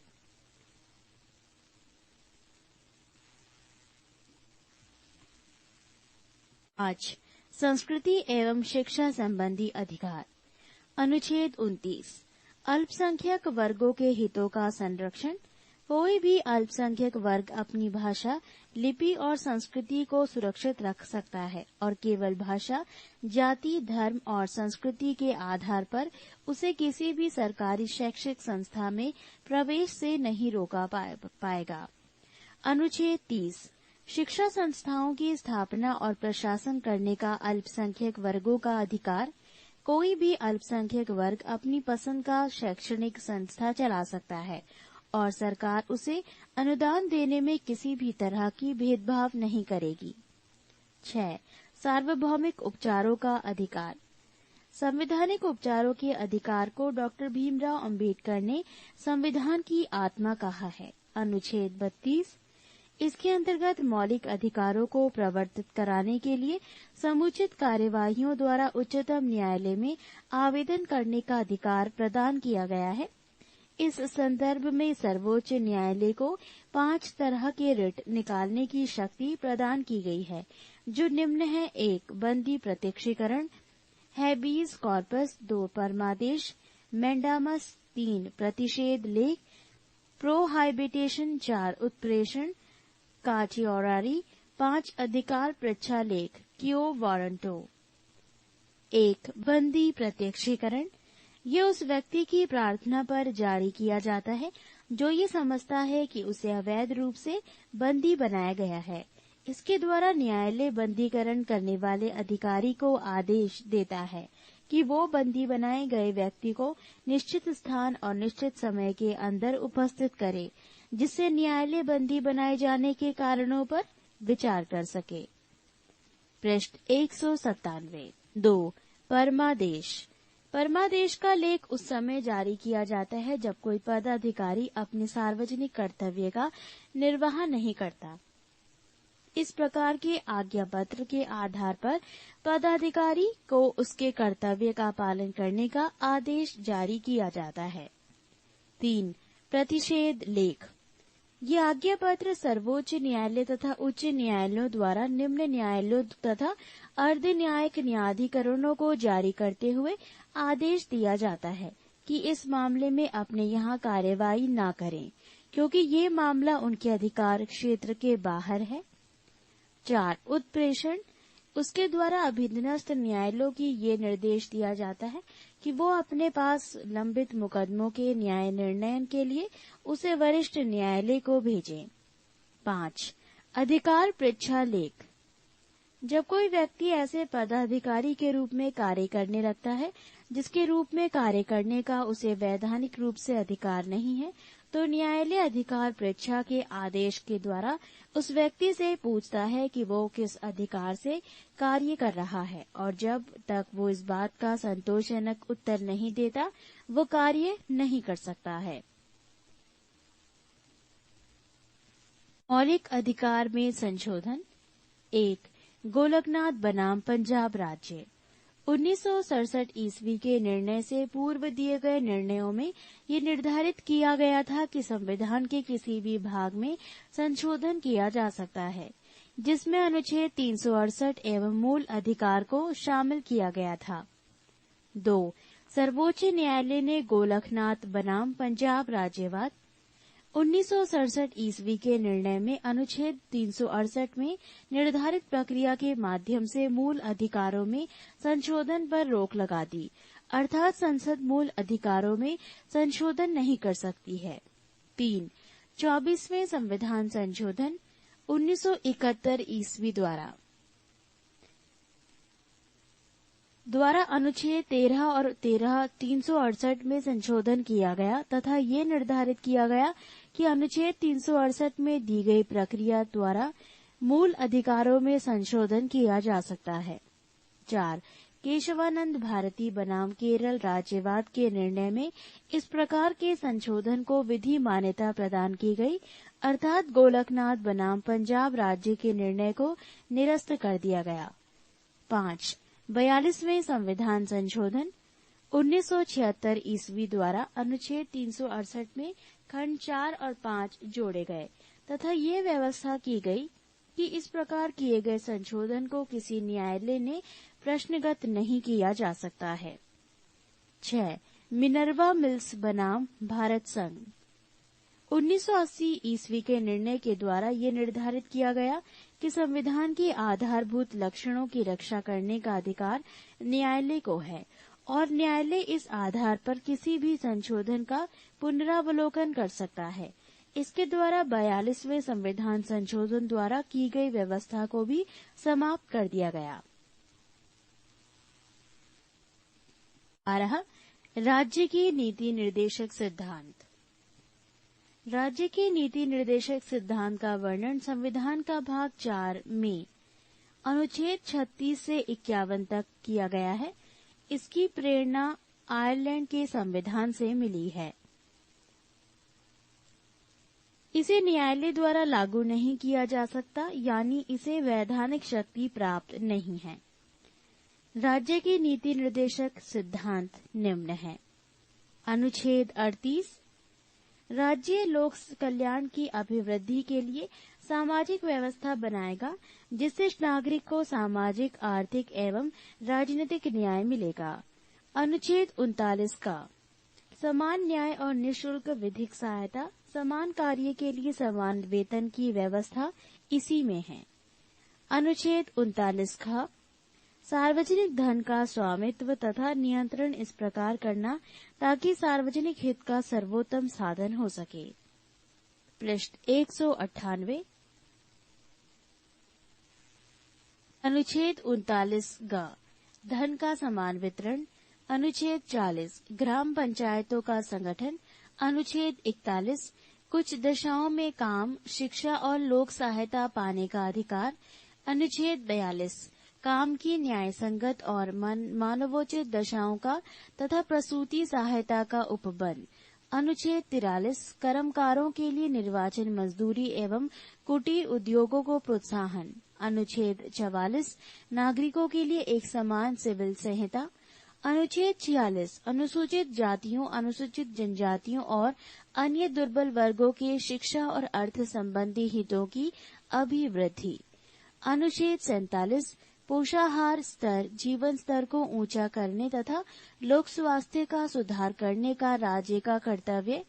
अनुच्छेद 48 कृषि एवं पशुपालन का संगठन। अनुच्छेद 48 का पर्यावरण का संरक्षण तथा संवर्धन और वन एवं वन्य जीवों की रक्षा। अनुच्छेद 49 राष्ट्रीय महत्व के स्मारकों, स्थानों और वस्तुओं का संरक्षण। अनुच्छेद 50 कार्यपालिका एवं न्यायपालिका का पृथक्करण। अनुच्छेद 51 अंतर्राष्ट्रीय शांति और सुरक्षा की अभिवृद्धि। उपर्युक्त अनुच्छेद के अतिरिक्त कुछ ऐसे अनुच्छेद भी हैं जो राज्य के लिए निर्देशक सिद्धांत के रूप में कार्य करते हैं, जैसे 350 का प्राथमिक स्तर पर मातृभाषा में शिक्षा देना। अनुच्छेद 351 हिंदी को प्रोत्साहन देना। मौलिक अधिकार एवं नीति निर्देशक सिद्धांत में अंतर। 1. नीति निर्देशक सिद्धांत ये आयरलैंड के संविधान से लिया गया है। मौलिक अधिकार ये संयुक्त राष्ट्र अमेरिका के संविधान से लिया गया है। 2. इसका वर्णन संविधान के भाग 4 में किया गया है। मौलिक अधिकार इसका वर्णन संविधान के भाग 3 में किया गया है। नीति निर्देशक सिद्धांत इसे लागू कराने के लिए न्यायालय नहीं जाया जा सकता। मौलिक अधिकार इसे लागू कराने के लिए न्यायालय की शरण ले सकते हैं। नीति निर्देशक सिद्धांत ये समाज की भलाई के लिए है। मौलिक अधिकार ये व्यक्ति के अधिकार के लिए है। 5. इसके पीछे राजनीतिक मान्यता है। मौलिक अधिकार के पीछे कानूनी मान्यता है। 6. नीति निर्देशक सिद्धांत ये सरकार के अधिकारों को बढ़ाता है। मौलिक अधिकार ये सरकार के महत्व को घटाता है। नीति निर्देशक सिद्धांत 7 ये राज्य सरकार के द्वारा लागू करने के बाद ही नागरिक को प्राप्त होता है। मौलिक अधिकार ये अधिकार नागरिकों को स्वतः प्राप्त हो जाता है। 13. मौलिक कर्तव्य। सरदार स्वर्ण सिंह समिति की अनुशंसा पर संविधान के 42वें संशोधन 1976 ईस्वी के द्वारा मौलिक कर्तव्य को संविधान में जोड़ा गया। इसे रूस के संविधान से लिया गया है। इसे भाग 4 क में अनुच्छेद 51 क के तहत रखा गया। मौलिक कर्तव्य की संख्या 11 है, जो इस प्रकार है। 1. प्रत्येक नागरिक का ये कर्तव्य होगा कि वो संविधान का पालन करे और उसके आदर्शों, संस्थाओं, राष्ट्रध्वज और राष्ट्रगान का आदर करे। 2. स्वतंत्रता के लिए हमारे राष्ट्रीय आंदोलन को प्रेरित करने वाले उच्च आदर्शों को हृदय में संजोए रखें और उनका पालन करें। पृष्ठ 199। 3. भारत की प्रभुता, एकता और अखंडता की रक्षा करें और उसे अक्षुण्ण रखें। 4. देश की रक्षा करें। 5. भारत के सभी लोगों में समरसता और समान भ्रातृत्व की भावना का निर्माण करें। 6. हमारी सामाजिक संस्कृति की गौरवशाली परंपरा का महत्व समझें और उसका परीक्षण करें। 7. प्राकृतिक पर्यावरण की रक्षा और उसका संवर्धन करें। 8. वैज्ञानिक दृष्टिकोण और ज्ञानार्जन की भावना का विकास करें। 9. सार्वजनिक संपत्ति को सुरक्षित रखें। 10. व्यक्तिगत एवं सामूहिक गतिविधियों के सभी क्षेत्रों में उत्कर्ष की ओर बढ़ने का सतत प्रयास करें। 11. माता पिता या संरक्षक द्वारा 6 से 14 वर्ष के बच्चों हेतु प्राथमिक शिक्षा प्रदान करना। 86वां संशोधन। 14. संघीय कार्यपालिका। भारतीय संघ की कार्यपालिका शक्ति राष्ट्रपति में निहित है। भारत में संसदीय व्यवस्था को अपनाया गया है, अतः राष्ट्रपति नाम मात्र की कार्यपालिका है तथा प्रधानमंत्री तथा उसका मंत्रिमंडल वास्तविक कार्यपालिका है। राष्ट्रपति देश का संवैधानिक प्रधान होता है। राष्ट्रपति भारत का प्रथम नागरिक कहलाता है। राष्ट्रपति पद की योग्यता। संविधान के अनुच्छेद 58 के अनुसार कोई व्यक्ति राष्ट्रपति होने योग्य तब होगा जब वो 1. भारत का नागरिक हो, 2. 35 वर्ष की आयु पूरी कर चुका हो, 3. लोकसभा का सदस्य निर्वाचित किए जाने योग्य, 4. चुनाव के समय लाभ का पद धारण नहीं करता हो। भारत के राष्ट्रपति। 1.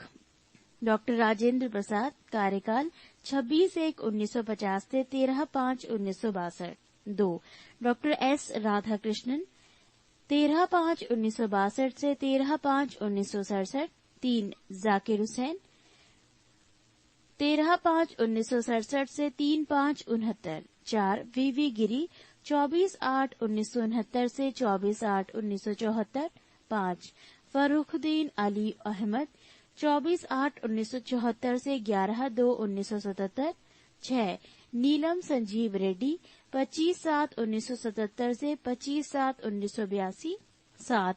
ज्ञानी जैल सिंह, 25/7/1982 से 25/7/1987। 8. आर. वेंकट रमण, 25/7/1987 से 25/7/1992। 9. डॉक्टर शंकर दयाल शर्मा, 25/7/1992 से 25/7/1997। 10. के. आर. नारायणन, 25/7/1997 से 25/7/2002। 11. डॉक्टर ABJ अब्दुल कलाम, 25/7/2002 से 25/7/2007। 12. प्रतिभा पाटिल, 25/7/2007 से अब तक। Note: we. गिरी 3 मई 1969 से 20 जुलाई 1969 तक, न्यायमूर्ति मोहम्मद हिदायतुल्ला 20 जुलाई से 1969 से 24 अगस्त 1969 तक एवं B.D. जत्ती 11 फरवरी से 1977 से 25 जुलाई 1977 तक कार्यवाहक राष्ट्रपति के पद पर रहे। नोट: यदि व्यक्ति राष्ट्रपति या उपराष्ट्रपति के पद पर हो या संघ अथवा किसी राज्य की मंत्रिपरिषद का सदस्य हो तो वो लाभ का पद नहीं माना जाएगा। राष्ट्रपति के पद के निर्वाचन के लिए निर्वाचक मंडल। इसमें राज्यसभा, लोकसभा और राज्यों की विधानसभाओं के निर्वाचित सदस्य रहते हैं। नवीनतम व्यवस्था के अनुसार पौंडीचेरी विधानसभा तथा दिल्ली की विधानसभा के निर्वाचित सदस्य को भी सम्मिलित किया गया है। राष्ट्रपति पद के उम्मीदवार के लिए निर्वाचक मंडल के 50 सदस्यीय प्रस्तावक तथा 50 सदस्य अनुमोदक होते हैं। एक ही व्यक्ति जितनी बार चाहे राष्ट्रपति के पद पर निर्वाचित हो सकता है। राष्ट्रपति का निर्वाचन समानुपातिक प्रतिनिधित्व प्रणाली और एकल संक्रमणीय मत पद्धति के द्वारा होता है। पृष्ठ 200। राष्ट्रपति के निर्वाचन से संबंधित विवादों का निपटारा उच्चतम न्यायालय द्वारा किया जाता है। निर्वाचन अवैध घोषित होने पर उसके द्वारा किए गए कार्य अवैध नहीं होते हैं। राष्ट्रपति अपने पद ग्रहण की तिथि से 5 वर्ष की अवधि तक पद धारण करेगा। अपने पद की समाप्ति के बाद भी वो पद पर तब तक बना रहेगा जब तक उसका उत्तराधिकारी पद ग्रहण नहीं कर लेता है। पद धारण करने से पूर्व राष्ट्रपति को एक निर्धारित प्रपत्र पर भारत के मुख्य न्यायाधीश अथवा उनकी अनुपस्थिति में उच्चतम न्यायालय के वरिष्ठतम न्यायाधीश के सम्मुख शपथ लेनी पड़ती है। राष्ट्रपति निम्न दशाओं में 5 वर्ष से पहले भी पद त्याग सकता है। 1. उपराष्ट्रपति को संबोधित अपने त्याग पत्र द्वारा। 2. महाभियोग द्वारा हटाए जाने पर अनुच्छेद 56 एवं 61। महाभियोग के लिए केवल एक ही आधार है जो अनुच्छेद 61(1) में उल्लिखित है, वो है संविधान का अतिक्रमण। राष्ट्रपति पर महाभियोग। राष्ट्रपति द्वारा संविधान के प्रावधानों के उल्लंघन पर संसद के किसी सदन द्वारा उस पर महाभियोग लगाया जा सकता है, परंतु इसके लिए आवश्यक है कि राष्ट्रपति को 14 दिन पहले लिखित सूचना दी जाए, जिस पर उस सदन के 1/4 सदस्यों के हस्ताक्षर हों। संसद के उस सदन जिसमें महाभियोग का प्रस्ताव पेश है के 2/3 सदस्यों द्वारा पारित कर देने पर प्रस्ताव दूसरे सदन में जाएगा। तब दूसरा सदन राष्ट्रपति पर लगाए गए आरोपों की जांच करेगा या कराएगा, और ऐसी जांच में राष्ट्रपति के ऊपर लगाए गए आरोपों को सिद्ध करने वाला प्रस्ताव 2/3 बहुमत से पारित हो जाता है। तब राष्ट्रपति पर महाभियोग की प्रक्रिया पूरी समझी जाएगी और उसी तिथि से राष्ट्रपति को पदत्याग करना होगा। राष्ट्रपति की रिक्ति को 6 महीने के अंदर भरना होता है। जब राष्ट्रपति पद की रिक्ति पदावधि 5 वर्ष को समाप्ति से हुई है, तो निर्वाचन पदावधि की समाप्ति के पहले ही कर लिया जाएगा। अनुच्छेद 62(1). किंतु यदि उसे पूरा करने में कोई विलंब हो जाता है तो राज अंतराल न होने पाए। इसीलिए ये उपबंध है कि राष्ट्रपति अपने पद की अवधि समाप्त हो जाने पर भी तब तक पद पर बना रहेगा जब तक उसका उत्तराधिकारी पद धारण नहीं कर लेता है। अनुच्छेद 51(1) ग। तभी ऐसी दशा में उपराष्ट्रपति राष्ट्रपति के रूप में कार्य नहीं कर सकेगा। राष्ट्रपति के वेतन एवं भत्ते। राष्ट्रपति का मासिक वेतन 1.5 लाख रुपया है। राष्ट्रपति का वेतन आयकर से मुक्त होता है। राष्ट्रपति को निःशुल्क निवास स्थान व संसद द्वारा स्वीकृत अन्य भत्ते प्राप्त होते हैं। राष्ट्रपति के कार्यकाल के दौरान उनके वेतन तथा भत्ते में किसी प्रकार की कमी नहीं की जा सकती है। राष्ट्रपति के लिए 9 लाख रुपये वार्षिक पेंशन निर्धारित किया गया है। राष्ट्रपति के अधिकार एवं कर्तव्य। 1. नियुक्ति संबंधी अधिकार। राष्ट्रपति निम्न की नियुक्ति करता है। 1. भारत का प्रधानमंत्री। 2. प्रधानमंत्री की सलाह पर मंत्रिपरिषद के अन्य सदस्यों। 3. सर्वोच्च एवं उच्च न्यायालय के मुख्य न्यायाधीशों। 4. भारत के नियंत्रक एवं महालेखा परीक्षक। 5. राज्यों के राज्यपाल। 6. मुख्य चुनाव आयुक्त एवं अन्य चुनाव आयुक्त। 7. भारत के महान्यायवादी। 8. राज्यों के मध्य समन्वय के लिए अंतर्राज्यीय परिषद के सदस्य। 9. संघीय लोक सेवा आयोग के अध्यक्ष और अन्य सदस्यों। 10. संघीय क्षेत्रों के मुख्य आयुक्तों। 11. वित्त आयोगों के सदस्य। 12. भाषा आयोग के सदस्यों। 13. पिछड़ा वर्ग आयोग के सदस्यों। 14. अल्पसंख्यक आयोगों की सदस्यों। 15. भारत के राजदूतों तथा अन्य राजनयिकों। 16. अनुसूचित क्षेत्रों के प्रशासन के संबंध में रिपोर्ट देने वाले आयोग के सदस्यों आदि। प्रश्न 201। 2. विधायी शक्तियां। राष्ट्रपति संसद का अभिन्न अंग होता है। इसे निम्न विधायी शक्तियां प्राप्त हैं। 1. संसद के सत्र को आहूत करने, सत्रावसान करने तथा लोकसभा भंग करने संबंधी अधिकार। 2. संसद के एक सदन में या एक साथ सम्मिलित रूप से दोनों सदनों में अभिभाषण करने की शक्ति। 3. लोकसभा के लिए प्रत्येक साधारण निर्वाचन के पश्चात प्रथम सत्र के प्रारंभ में और प्रत्येक वर्ष के प्रथम सत्र के आरंभ में सम्मिलित रूप से संसद में अभिभाषण करने की शक्ति। 4. संसद द्वारा पारित विधेयक राष्ट्रपति के अनुमोदन के बाद ही कानून बनता है। 5. संसद में निम्न विधेयक को पेश करने के लिए राष्ट्रपति की पूर्व सहमति आवश्यक है। A. नए राज्यों का निर्माण और वर्तमान राज्यों के क्षेत्रों, सीमाओं या नामों में परिवर्तन संबंधी विधेयक। B. धन विधेयक अनुच्छेद 117(1). C. संचित निधि में व्यय करने वाले विधेयक अनुच्छेद 117(3). D. ऐसे कराधान पर जिसमें राज्य हित जुड़े हैं प्रभाव डालने वाले विधेयक। ई राज्यों के बीच व्यापार, वाणिज्य और समागम पर निर्बंधन लगाने वाले विधेयक। 3. संसद सदस्यों के मनोनयन का अधिकार। जब राष्ट्रपति को ये लगे कि लोकसभा में आंग्ल भारतीय समुदायों के व्यक्तियों का समुचित प्रतिनिधित्व नहीं है, तब वो उस समुदाय के 2 व्यक्तियों को लोकसभा के सदस्यों के रूप में नामांकित कर सकता है। इसी प्रकार वो कला, साहित्य, पत्रकारिता, विज्ञान तथा सामाजिक कार्यों में पर्याप्त अनुभव एवं दक्षता रखने वाले 12 व्यक्तियों को राज्यसभा में नामजद कर सकता है। 4. अध्यादेश जारी करने की शक्ति। संसद के स्थगन के समय अनुच्छेद 123 के तहत अध्यादेश जारी कर सकता है, जिसका प्रभाव संसद के अधिनियम के समान होता है। इसका प्रभाव संसद सत्र के शुरू होने के 6 सप्ताह तक रहता है, परंतु राष्ट्रपति राज्य सूची के विषयों पर अध्यादेश नहीं जारी कर सकता है।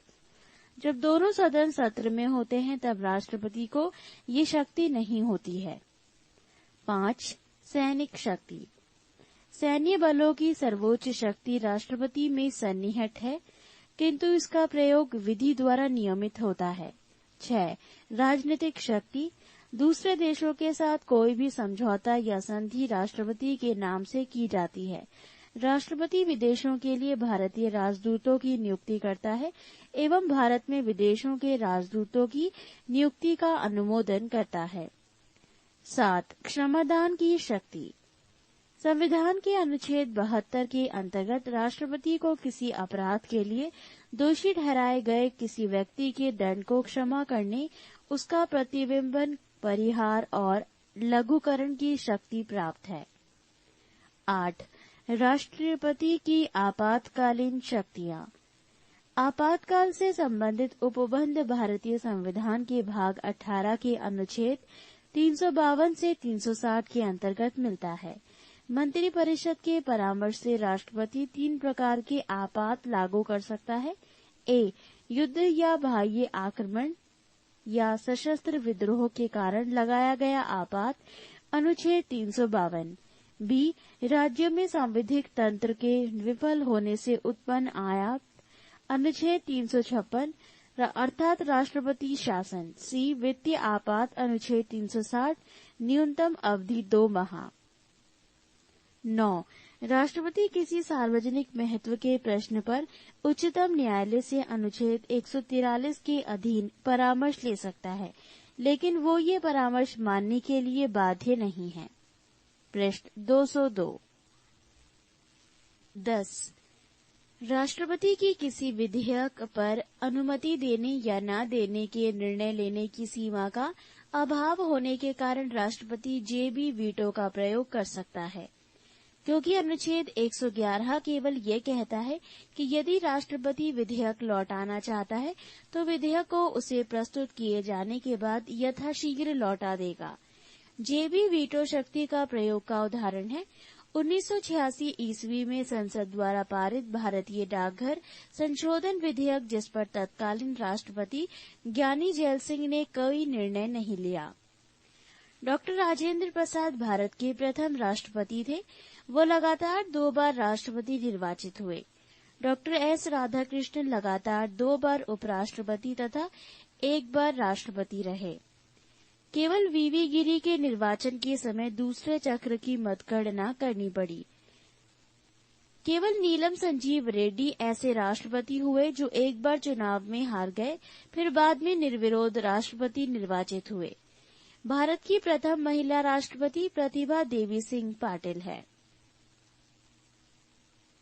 उपराष्ट्रपति।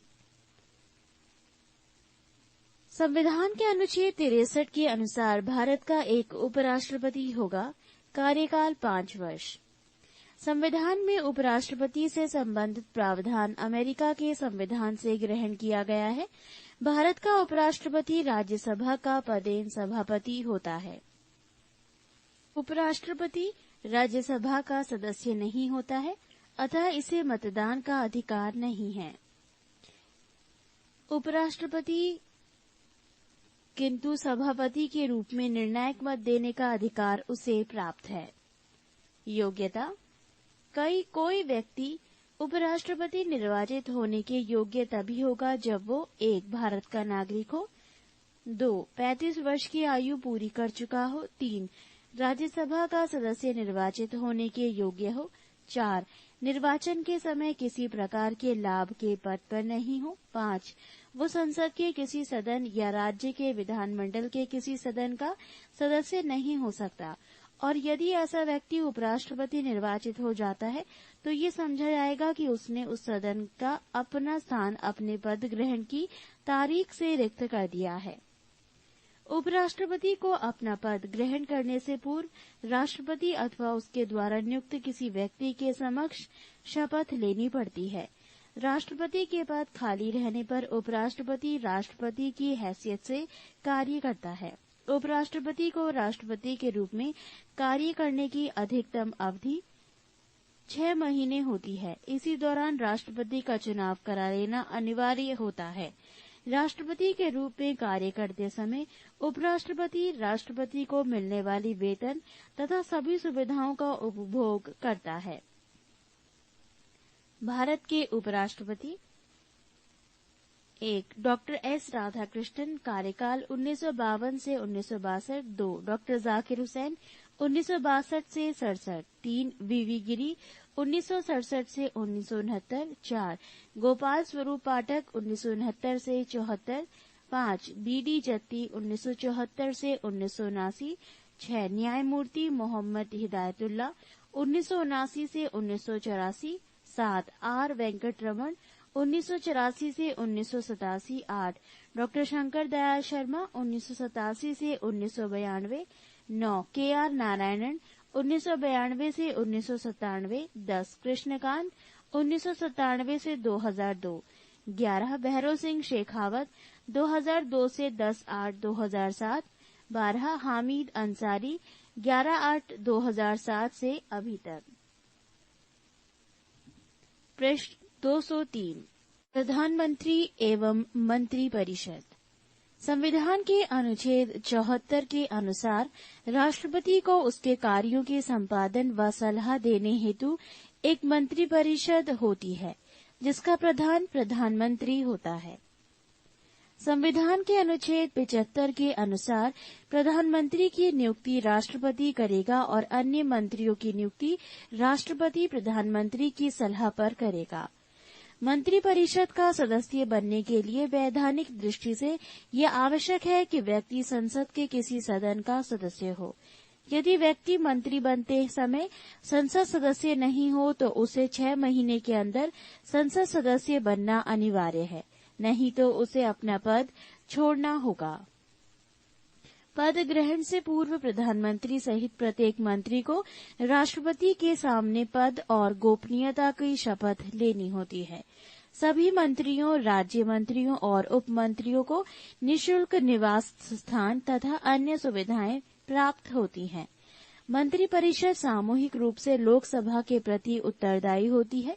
यदि लोकसभा किसी एक मंत्री के विरुद्ध अविश्वास का प्रस्ताव पारित करे अथवा उस विभाग से संबंधित विधेयक को रद्द कर दे तो समस्त मंत्रिमंडल को त्यागपत्र देना होता है। मंत्री 3 प्रकार के होती हैं: कैबिनेट मंत्री, राज्य मंत्री एवं उप मंत्री। कैबिनेट मंत्री विभाग के अध्यक्ष होते हैं। प्रधानमंत्री एवं कैबिनेट मंत्री को मिलाकर मंत्रिमंडल का निर्माण होता है। प्रधानमंत्री की सलाह पर ही राष्ट्रपति लोकसभा भंग करता है। प्रधानमंत्री योजना आयोग का पदेन अध्यक्ष होता है। प्रधानमंत्रियों में सबसे बड़ा कार्यकाल प्रथम प्रधानमंत्री जवाहरलाल नेहरू का रहा। वो कुल 16 साल 9 महीने और 13 दिन तक अपने पद पर रहे। देश की प्रथम महिला प्रधानमंत्री श्रीमती इंदिरा गांधी बनी। वो ऐसी महिला व्यक्ति रही जो 2 अलग अलग अवधियों में प्रधानमंत्री रही। पहली बार जब इंदिरा गांधी प्रधानमंत्री बनी तो वो राज्यसभा की सदस्य थी। चरण सिंह एकमात्र ऐसे प्रधानमंत्री रहे जो कभी लोकसभा में उपस्थित नहीं हुए। विश्वास मत प्राप्त करने में असफल होने वाले प्रथम प्रधानमंत्री विश्वनाथ प्रताप सिंह हुए। एक कार्यकाल में सबसे कम समय तक प्रधानमंत्री के पद पर रहने वाले प्रधानमंत्री अटल बिहारी वाजपेयी हुए, मात्र 13 दिन। कैबिनेट मंत्रियों में सबसे बड़ा कार्यकाल जगजीवन राम का रहा, जो लगभग 32 वर्ष केंद्रीय मंत्रिमंडल में रहे। भारत के प्रधानमंत्री 1. जवाहरलाल नेहरू, कार्यकाल 15/8/1947 से 27/5/1964। 2. लाल बहादुर शास्त्री, 9/6/1964 से 11/1/1966। 3. इंदिरा गांधी, 24/1/1966 से 24/3/1977। 4. मोरारजी देसाई, 24/3/1977 से 28/7/1979। 5. चौधरी चरण सिंह, 28/7/1979 से 14/1/1980। 6. इंदिरा गांधी, 14/1/1980 से 31/10/1984। 7. राजीव गांधी, 31/10/1984 से 1/12/1989। 8. विश्वनाथ प्रताप सिंह, 2/12/1989 से 10/11/1990। 9. चंद्रशेखर सिंह, 10/11/1990 से 21/6/1991। 10. पीवी नरसिम्हा राव, 21/6/1991 से 16/5/1996। 11. अटल बिहारी वाजपेयी, 16/5/1996 से 1/6/1996। 12. H.D. देवेगौड़ा, 1/6/1996 से 21/4/1997। 13. I.K. गुजराल, 21/4/1997 से 18/3/1998। 14. अटल बिहारी वाजपेयी, 19/3/1998 से 13/10/1999। 16. डॉक्टर मनमोहन सिंह, 22/5/2004 से 21/5/2009। 17. डॉक्टर मनमोहन सिंह, 22/5/2009 से डैश। नोट: गुलजारी लाल नंदा 27 मई 1964 से 9 जून 1964 तक एवं 11 जनवरी 1966 से 24 जनवरी 1966 तक कार्यवाहक प्रधानमंत्री बने। ये थे भारत के प्रधानमंत्री। पृष्ठ 204। 15. संघीय संसद। भारत की संसद राष्ट्रपति, राज्यसभा तथा लोकसभा से मिलकर बनती है। संसद के निम्न सदन को लोकसभा एवं उच्च सदन को राज्यसभा कहते हैं। राज्यसभा के सदस्यों की अधिक से अधिक संख्या 250 हो सकती है। वर्तमान समय में ये संख्या 245 है। इनमें 12 सदस्य राष्ट्रपति द्वारा मनोनीत किए जाते हैं। ये ऐसे व्यक्ति होते हैं जिन्हें कला, साहित्य, विज्ञान, समाज सेवा या सहकारिता के क्षेत्र में विशेष ज्ञानी या अनुभवी हैं। शेष 233 सदस्य संघ की इकाइयों का प्रतिनिधित्व करते हैं। राज्यसभा की सदस्यता के लिए न्यूनतम उम्र सीमा 30 वर्ष है। राज्यसभा के सदस्य के लिए जरूरी है कि उसका नाम उस राज्य के किसी निर्वाचन क्षेत्र की सूची में हो जिस राज्य से वो राज्यसभा का चुनाव लड़ना चाहता है। राज्यसभा एक स्थायी सदन है जो कभी भंग नहीं होती। इसके सदस्यों का कार्यकाल 6 वर्ष का होता है। इसके 1/3 सदस्य प्रति 2 वर्ष बाद सेवानिवृत्त हो जाते हैं। भारत का उपराष्ट्रपति राज्यसभा का पदेन सभापति होता है। राज्यसभा अपने सदस्यों में से किसी एक को 6 वर्ष के लिए उपसभापति निर्वाचित करते हैं। मंत्रिपरिषद राज्यसभा के प्रति उत्तरदायी नहीं होती है।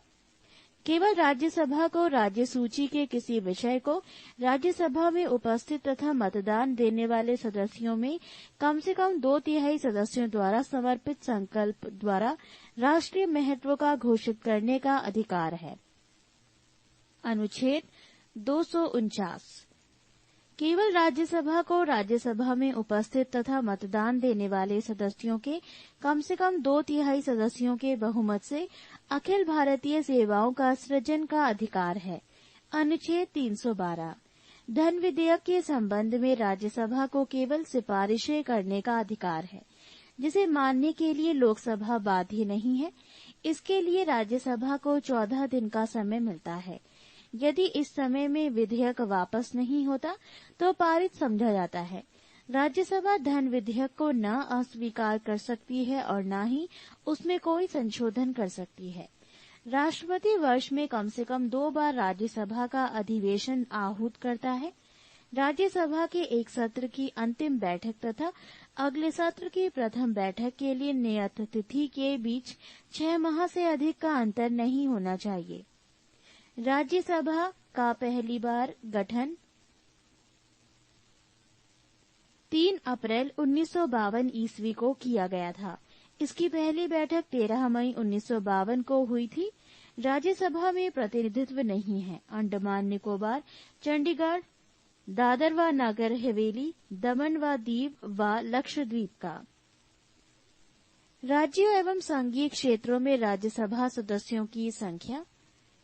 राज्य उत्तर प्रदेश सदस्य संख्या 31, महाराष्ट्र सदस्य संख्या 19, आंध्र प्रदेश सदस्य संख्या 18, तमिलनाडु सदस्य संख्या 18, बिहार सदस्य संख्या 16, पश्चिम बंगाल सदस्य संख्या 16, कर्नाटक सदस्य संख्या 12, मध्य प्रदेश सदस्य संख्या 11, गुजरात सदस्य संख्या 11, उड़ीसा सदस्य संख्या 10, राजस्थान सदस्य संख्या 10, केरल सदस्य संख्या 9, पंजाब सदस्य संख्या 7, असम सदस्य संख्या 7, झारखंड सदस्य संख्या 6, छत्तीसगढ़ सदस्य संख्या 5, हरियाणा सदस्य संख्या 5, जम्मू कश्मीर सदस्य संख्या 4, हिमाचल प्रदेश सदस्य संख्या 3, उत्तराखंड सदस्य संख्या 3, नागालैंड सदस्य संख्या 1, मिजोरम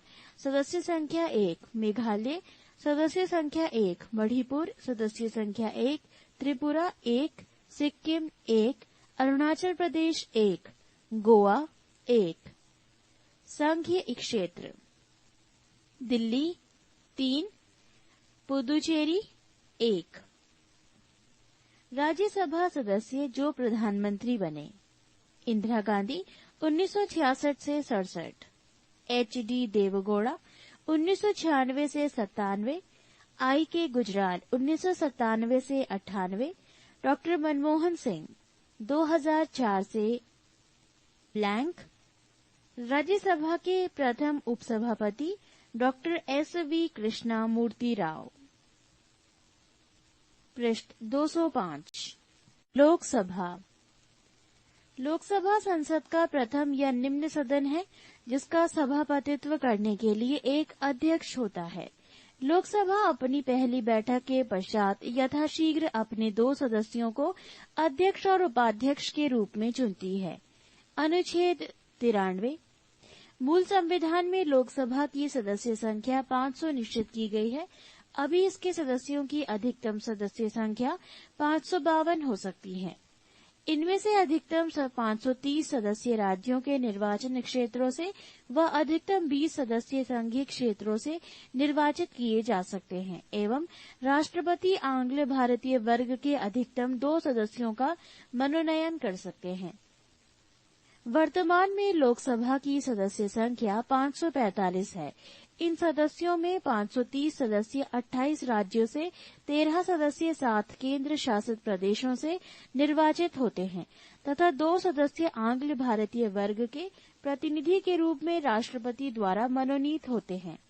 अगस्त 2001 ईस्वी में संसद द्वारा पारित 91वें संविधान संशोधन विधेयक के अनुसार लोकसभा एवं विधानसभाओं की सीटों की संख्या 2026 ईस्वी तक यथावत रखने का प्रावधान किया गया है।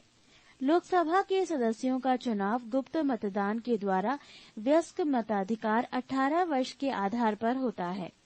61वें संवैधानिक संशोधन 1989 ईस्वी के अनुसार भारत में अब 18 वर्ष की आयु प्राप्त व्यक्ति को वयस्क माना गया है। अनुसूचित जातियों एवं जनजातियों हेतु लोकसभा में 2010 ईस्वी तक स्थानों को सुरक्षित कर दिया गया है। 79वें संवैधानिक संशोधन 1999 ईस्वी के द्वारा राज्यों एवं संघीय क्षेत्रों में लोकसभा सदस्यों की संख्या। उत्तर प्रदेश में 80, महाराष्ट्र में 48, आंध्र प्रदेश 42, पश्चिम बंगाल 42, बिहार 40, तमिलनाडु 39, मध्य प्रदेश 29, कर्नाटक 28, गुजरात 26, राजस्थान 25, उड़ीसा 21, केरल 20, झारखंड 14, असम 14, पंजाब 13, छत्तीसगढ़ 11, हरियाणा 10, जम्मू कश्मीर 6, उत्तराखंड 5, हिमाचल प्रदेश 4, मेघालय 2, अरुणाचल प्रदेश 2, गोवा 2, मणिपुर 2, त्रिपुरा 2, सिक्किम 1, नागालैंड 1, मिजोरम 1, संघीय क्षेत्र दिल्ली 7, पुदुचेरी 1, चंडीगढ़ 1, दादर तथा नागर हवेली 1, अंडमान निकोबार 1, लक्षद्वीप 1, दमन एवं दीव 1।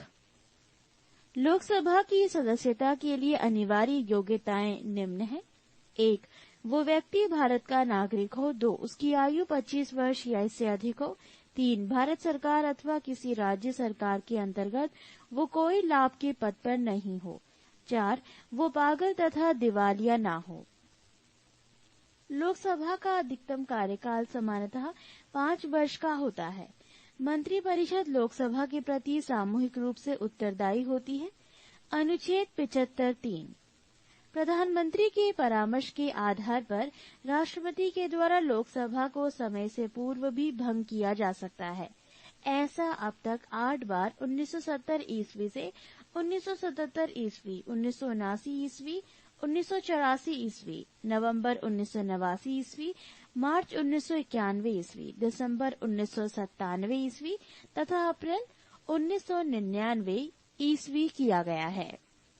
आपातकाल की घोषणा लागू होने पर विधि द्वारा संसद लोकसभा के कार्यकाल में वृद्धि कर सकती है, जो एक बार में 1 वर्ष से अधिक नहीं होगी। 1976 ईस्वी में लोकसभा का कार्यकाल 2 बार 1-1 वर्ष के लिए बढ़ाया गया था। पृष्ठ 206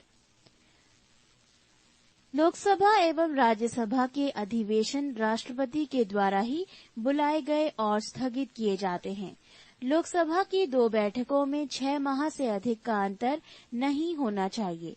लोकसभा की गणपूर्ति या कोरम कुल सदस्य संख्या का 10वां भाग 55 सदस्य होता है। संविधान के अनुच्छेद 108 में संसद के संयुक्त अधिवेशन की व्यवस्था है।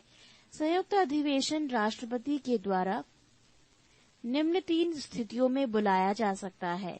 विधेयक एक सदन से पारित होने के बाद जब दूसरे सदन में जाए, तब यदि एक दूसरे सदन द्वारा विधेयक अस्वीकार कर दिया गया हो तो विधेयक पर किए जाने वाले संशोधनों के बारे में दोनों सदन अंतिम रूप से असहमत हो गए हैं। 3. दूसरे सदन को विधेयक प्राप्त होने की तारीख से उसके द्वारा विधेयक पारित किए बिना 6 माह से अधिक बीत गए हों। संयुक्त अधिवेशन की अध्यक्षता लोकसभा के अध्यक्ष के द्वारा की जाती है। संयुक्त बैठक से अध्यक्ष की अनुपस्थिति के दौरान सदन का उपाध्यक्ष या यदि वो भी अनुपस्थित है तो राज्यसभा का उपसभापति या यदि वो भी अनुपस्थित है तो ऐसा अन्य व्यक्ति पीठासीन होगा जो उस बैठक में उपस्थित सदस्यों द्वारा अवधारित किया जाए। धन विधेयक के संबंध में लोकसभा का निर्णय अंतिम होता है। इस संबंध में संयुक्त अधिवेशन की व्यवस्था नहीं है। संविधान संशोधन विधेयक पर भी संयुक्त अधिवेशन की व्यवस्था नहीं है। संविधान संशोधन विधेयक दोनों सदनों में अलग अलग पारित होना चाहिए। लोकसभा के पदाधिकारी, अध्यक्ष तथा उपाध्यक्ष। संविधान के अनुच्छेद 93 के अनुसार लोकसभा स्वयं ही अपने सदस्यों में से एक अध्यक्ष और एक उपाध्यक्ष का निर्वाचन करेंगी। अध्यक्ष उपाध्यक्ष को तथा उपाध्यक्ष अध्यक्ष को त्यागपत्र देता है। लोकसभा के अध्यक्ष अध्यक्ष के रूप में शपथ नहीं लेता, बल्कि सामान्य सदस्य के रूप में शपथ लेता है। 14 दिन के पूर्व सूचना देकर लोकसभा के तत्कालीन समस्त सदस्यों के बहुमत से पारित संकल्प द्वारा अध्यक्ष तथा उपाध्यक्ष को पद से हटाया जा सकता है। लोकसभा के भंग होने की स्थिति में अध्यक्ष अपना पद अगली लोकसभा की पहली बैठक होने तक रिक्त नहीं करता है। लोकसभा में अध्यक्ष की अनुपस्थिति में उपाध्यक्ष की अनुपस्थिति में राष्ट्रपति द्वारा बनाए गए वरिष्ठ सदस्यों का पैनल में से कोई व्यक्ति पीठासीन होता है। इस पैनल में आमतौर पर 6 सदस्य होते हैं। लोकसभा के अध्यक्ष। पहली लोकसभा अध्यक्ष गणेश वासुदेव मावलंकर, एम अनंत शयनम आयंगर। दूसरी लोकसभा एम अनंत शयनम आयंगर। तीसरी लोकसभा हुकुम सिंह। चौथी नीलम संजीव रेड्डी, गुरुदयाल सिंह ढिल्लो। पांचवी लोकसभा गुरुदयाल सिंह ढिल्लो, बलिराम भगत। छठी नीलम संजीव रेड्डी के पास हेगड़े। सातवीं बलराम जाखड़। आठवीं बलराम जाखड़। नौवीं रवि राय। 10वीं शिवराज वी पाटिल। 11वीं P.A. संगमा। 12वीं GMC बालयोगी। 13वीं GMC बालयोगी मनोहर गजानंद जोशी। 14वीं लोकसभा अध्यक्ष सोमनाथ चटर्जी। 15वीं मीरा कुमार। लोकसभा के अध्यक्ष के कार्य एवं अधिकार। 1. सदन के सदस्यों के प्रश्नों को स्वीकार करना, उन्हें नियमित करना व नियम के विरुद्ध घोषित करना। 2. किसी विषय को लेकर प्रस्तुत किया जाने वाला कार्य स्थगन प्रस्ताव अध्यक्ष की अनुमति से पेश किया जा सकता है। 3. वो विचाराधीन विधेयक पर बहस रुकवा सकता है। 4. संसद सदस्यों को भाषण देने की अनुमति देना और भाषणों का क्रम व समय निर्धारित करना। पृष्ठ 207। 5. विभिन्न विधेयक व प्रस्तावों पर मतदान करवाना व परिणाम घोषित करना तथा मतों की समानता की स्थिति में निर्णायक मत देने का अधिकार है। 6. संसद व राष्ट्रपति के मध्य होने वाला पत्र व्यवहार करना तथा कोई विधेयक धन विधेयक है या नहीं इसका निर्णय करना। 7. अध्यक्ष द्वारा धन विधेयक के रूप में प्रमाणित विधेयक की प्रकृति के प्रश्न पर न्यायालय में या किसी सदन में या राष्ट्रपति द्वारा विचार नहीं किया जाएगा। लोकसभा में विपक्ष के नेता को राजकोष से वेतन प्राप्त होता है तथा उसे कैबिनेट स्तर के मंत्री के समान समस्त सुविधाएं प्राप्त होती हैं। प्रथम लोकसभा का कार्यकाल 17 अप्रैल 1952 से 4 अप्रैल 1957 तक रही। प्रथम लोकसभा का अध्यक्ष श्री G.V. मावलंकर एवं उपाध्यक्ष श्री अनंत शयनम थे। नोट: क्षेत्रफल के दृष्टिकोण से सबसे बड़ा लोकसभा क्षेत्र लद्दाख जम्मू कश्मीर एवं सबसे छोटा लक्षद्वीप है। अमेरिकी राष्ट्रपति जो भारतीय संसद में बोले। 1. D.D. Eisenhower 1959। 2. Jimmy Carter 1978। 3. Bill Clinton 2000। 4. Barack Obama 2010। अमेरिकी राष्ट्रपति जो भारत आए लेकिन संसद नहीं पहुंचे। 1. Richard Nixon 1969। 2. George W. Bush 2006। संसद सदस्यों से संबंधित कुछ विशेष बातें। किसी संसद सदस्य की योग्यता अथवा अयोग्यता से संबंधित प्रश्न का अंतिम विनिश्चय चुनाव आयोग की सलाह से राष्ट्रपति करता है। एक समय एक व्यक्ति केवल एक ही सदन का सदस्य रह सकता है। यदि कोई सदस्य सदन की अनुमति के बिना 60 दिनों की अवधि से अधिक समय के लिए सदन के सभी अधिवेशनों से अनुपस्थित होता है तो सदन उसकी सदस्यता समाप्त कर सकता है। संसद सदस्यों को संसद की बैठक के पूर्व या बाद 40 दिन की अवधि के दौरान गिरफ्तारी से मुक्ति प्रदान की गई है। गिरफ्तारी से ये मुक्ति केवल सिविल मामलों में है। आपराधिक मामले अर्थात निवारक निरोध की विधि के अधीन गिरफ्तारी से छूट नहीं है।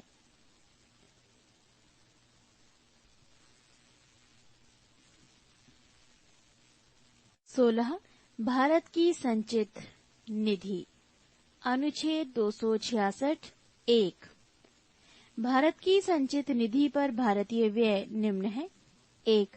राष्ट्रपति का वेतन एवं भत्ता और अन्य व्यय के सभापति। 2. राज्यसभा सभापति और उपसभापति तथा लोकसभा अध्यक्ष और उपाध्यक्ष के वेतन एवं भत्ते। 3. सर्वोच्च न्यायालय एवं उच्च न्यायालय के न्यायाधीशों का वेतन, भत्ता तथा पेंशन। 4. भारत के नियंत्रक महालेखा परीक्षक का वेतन, भत्ता तथा पेंशन। 5. ऐसा ऋण भार जिनका दायित्व भारत सरकार पर है। 6. भारत सरकार पर किसी न्यायालय द्वारा ही दी गई डिक्री या पंचाट। 7. कोई अन्य व्यय जो संविधान द्वारा या संसद विधि द्वारा इस प्रकार भारित घोषित करे। 17. भारत की आकस्मिकता निधि। अनुच्छेद 267। संविधान का अनुच्छेद 267 संसद और राज्य विधानमंडल को यथास्थिति भारत या राज्य की आकस्मिकता निधि सर्जित करने की शक्ति देता है। ये निधि 1950 द्वारा गठित की गई है। ये निधि कार्यपालिका के व्ययवनाधीन है। जब तक विधानमंडल अनुपूरक, अतिरिक्त या अधिक अनुदान द्वारा ऐसे व्यय को प्राधिकृत नहीं करता है, तब तक समय समय पर अनावेक्षित व्यय करने के प्रयोजन के लिए कार्यपालिका इस निधियों से अग्रिम धन दे सकती है। इस निधि में कितनी रकम हो या समुचित विधानमंडल विनियमित करेगा। पृष्ठ 208। 18. भारत का महान्यायवादी। अनुच्छेद 76। महान्यायवादी सर्वप्रथम भारत सरकार का विधि अधिकारी होता है। भारत का महान्यायवादी न तो संसद का सदस्य होता है और न ही मंत्रिमंडल का सदस्य होता है, लेकिन वो किसी भी सदन में अथवा उनकी समितियों में बोल सकता है, किंतु उसे मत देने का अधिकार नहीं है। अनुच्छेद 88।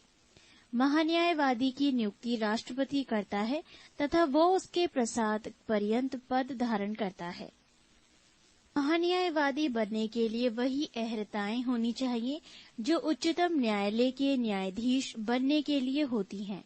महान्यायवादी को भारत के राज्य क्षेत्र के सभी न्यायालयों में सुनवाई का अधिकार है। 19. भारत का नियंत्रक एवं महालेखा परीक्षक। अनुच्छेद 148 से 151। नियंत्रक महालेखा परीक्षक की नियुक्ति राष्ट्रपति करता है, किंतु उसे पद से संसद के दोनों सदनों के समावेदन पर ही हटाया जा सकेगा और उसके आधार 1. साबित कदाचार या 2. असमर्थता हो सकेंगे। इसकी पदावधि पद ग्रहण करने के लिए तिथि से 6 वर्ष तक होगी, लेकिन यदि इससे पूर्व 65 वर्ष की आयु प्राप्त कर लेता है तो अवकाश ग्रहण कर लेता है। ये सेवानिवृत्ति के पश्चात भारत सरकार के अधीन कोई पद धारण नहीं कर सकता। नियंत्रक महालेखा परीक्षक सार्वजनिक धन का संरक्षक होता है। भारत तथा प्रत्येक राज्य तथा प्रत्येक संघ राज्य क्षेत्र की संचित निधि से किए गए सभी व्यय विधि के अधीन ही हुए हैं। ये इस बात की संपरीक्षा करता है। 20.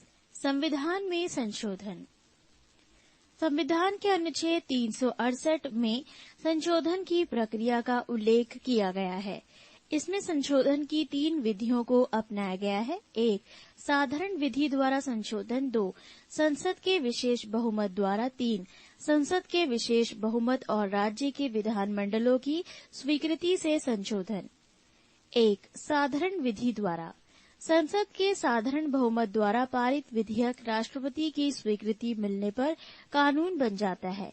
इसके अंतर्गत राष्ट्रपति की पूर्व अनुमति मिलने पर निम्न संशोधन किए जा सकते हैं। 1. नए राज्यों का निर्माण। 2. राज्य क्षेत्र, सीमा और नाम में परिवर्तन। 3. संविधान की नागरिकता संबंधी, अनुसूचित क्षेत्रों और जनजातियों की प्रशासन संबंधी तथा केंद्र द्वारा प्रशासित क्षेत्रों की प्रशासन संबंधी व्यवस्थाएं। 2. विशेष बहुमत द्वारा संशोधन। यदि संसद के प्रत्येक सदन द्वारा कुल सदस्यों का बहुमत तथा उपस्थित और मतदान में भाग लेने वाले सदस्यों के 2/3 मतों से विधेयक पारित हो जाए तो राष्ट्रपति की स्वीकृति मिलते ही वो संशोधन संविधान का अंग बन जाता है।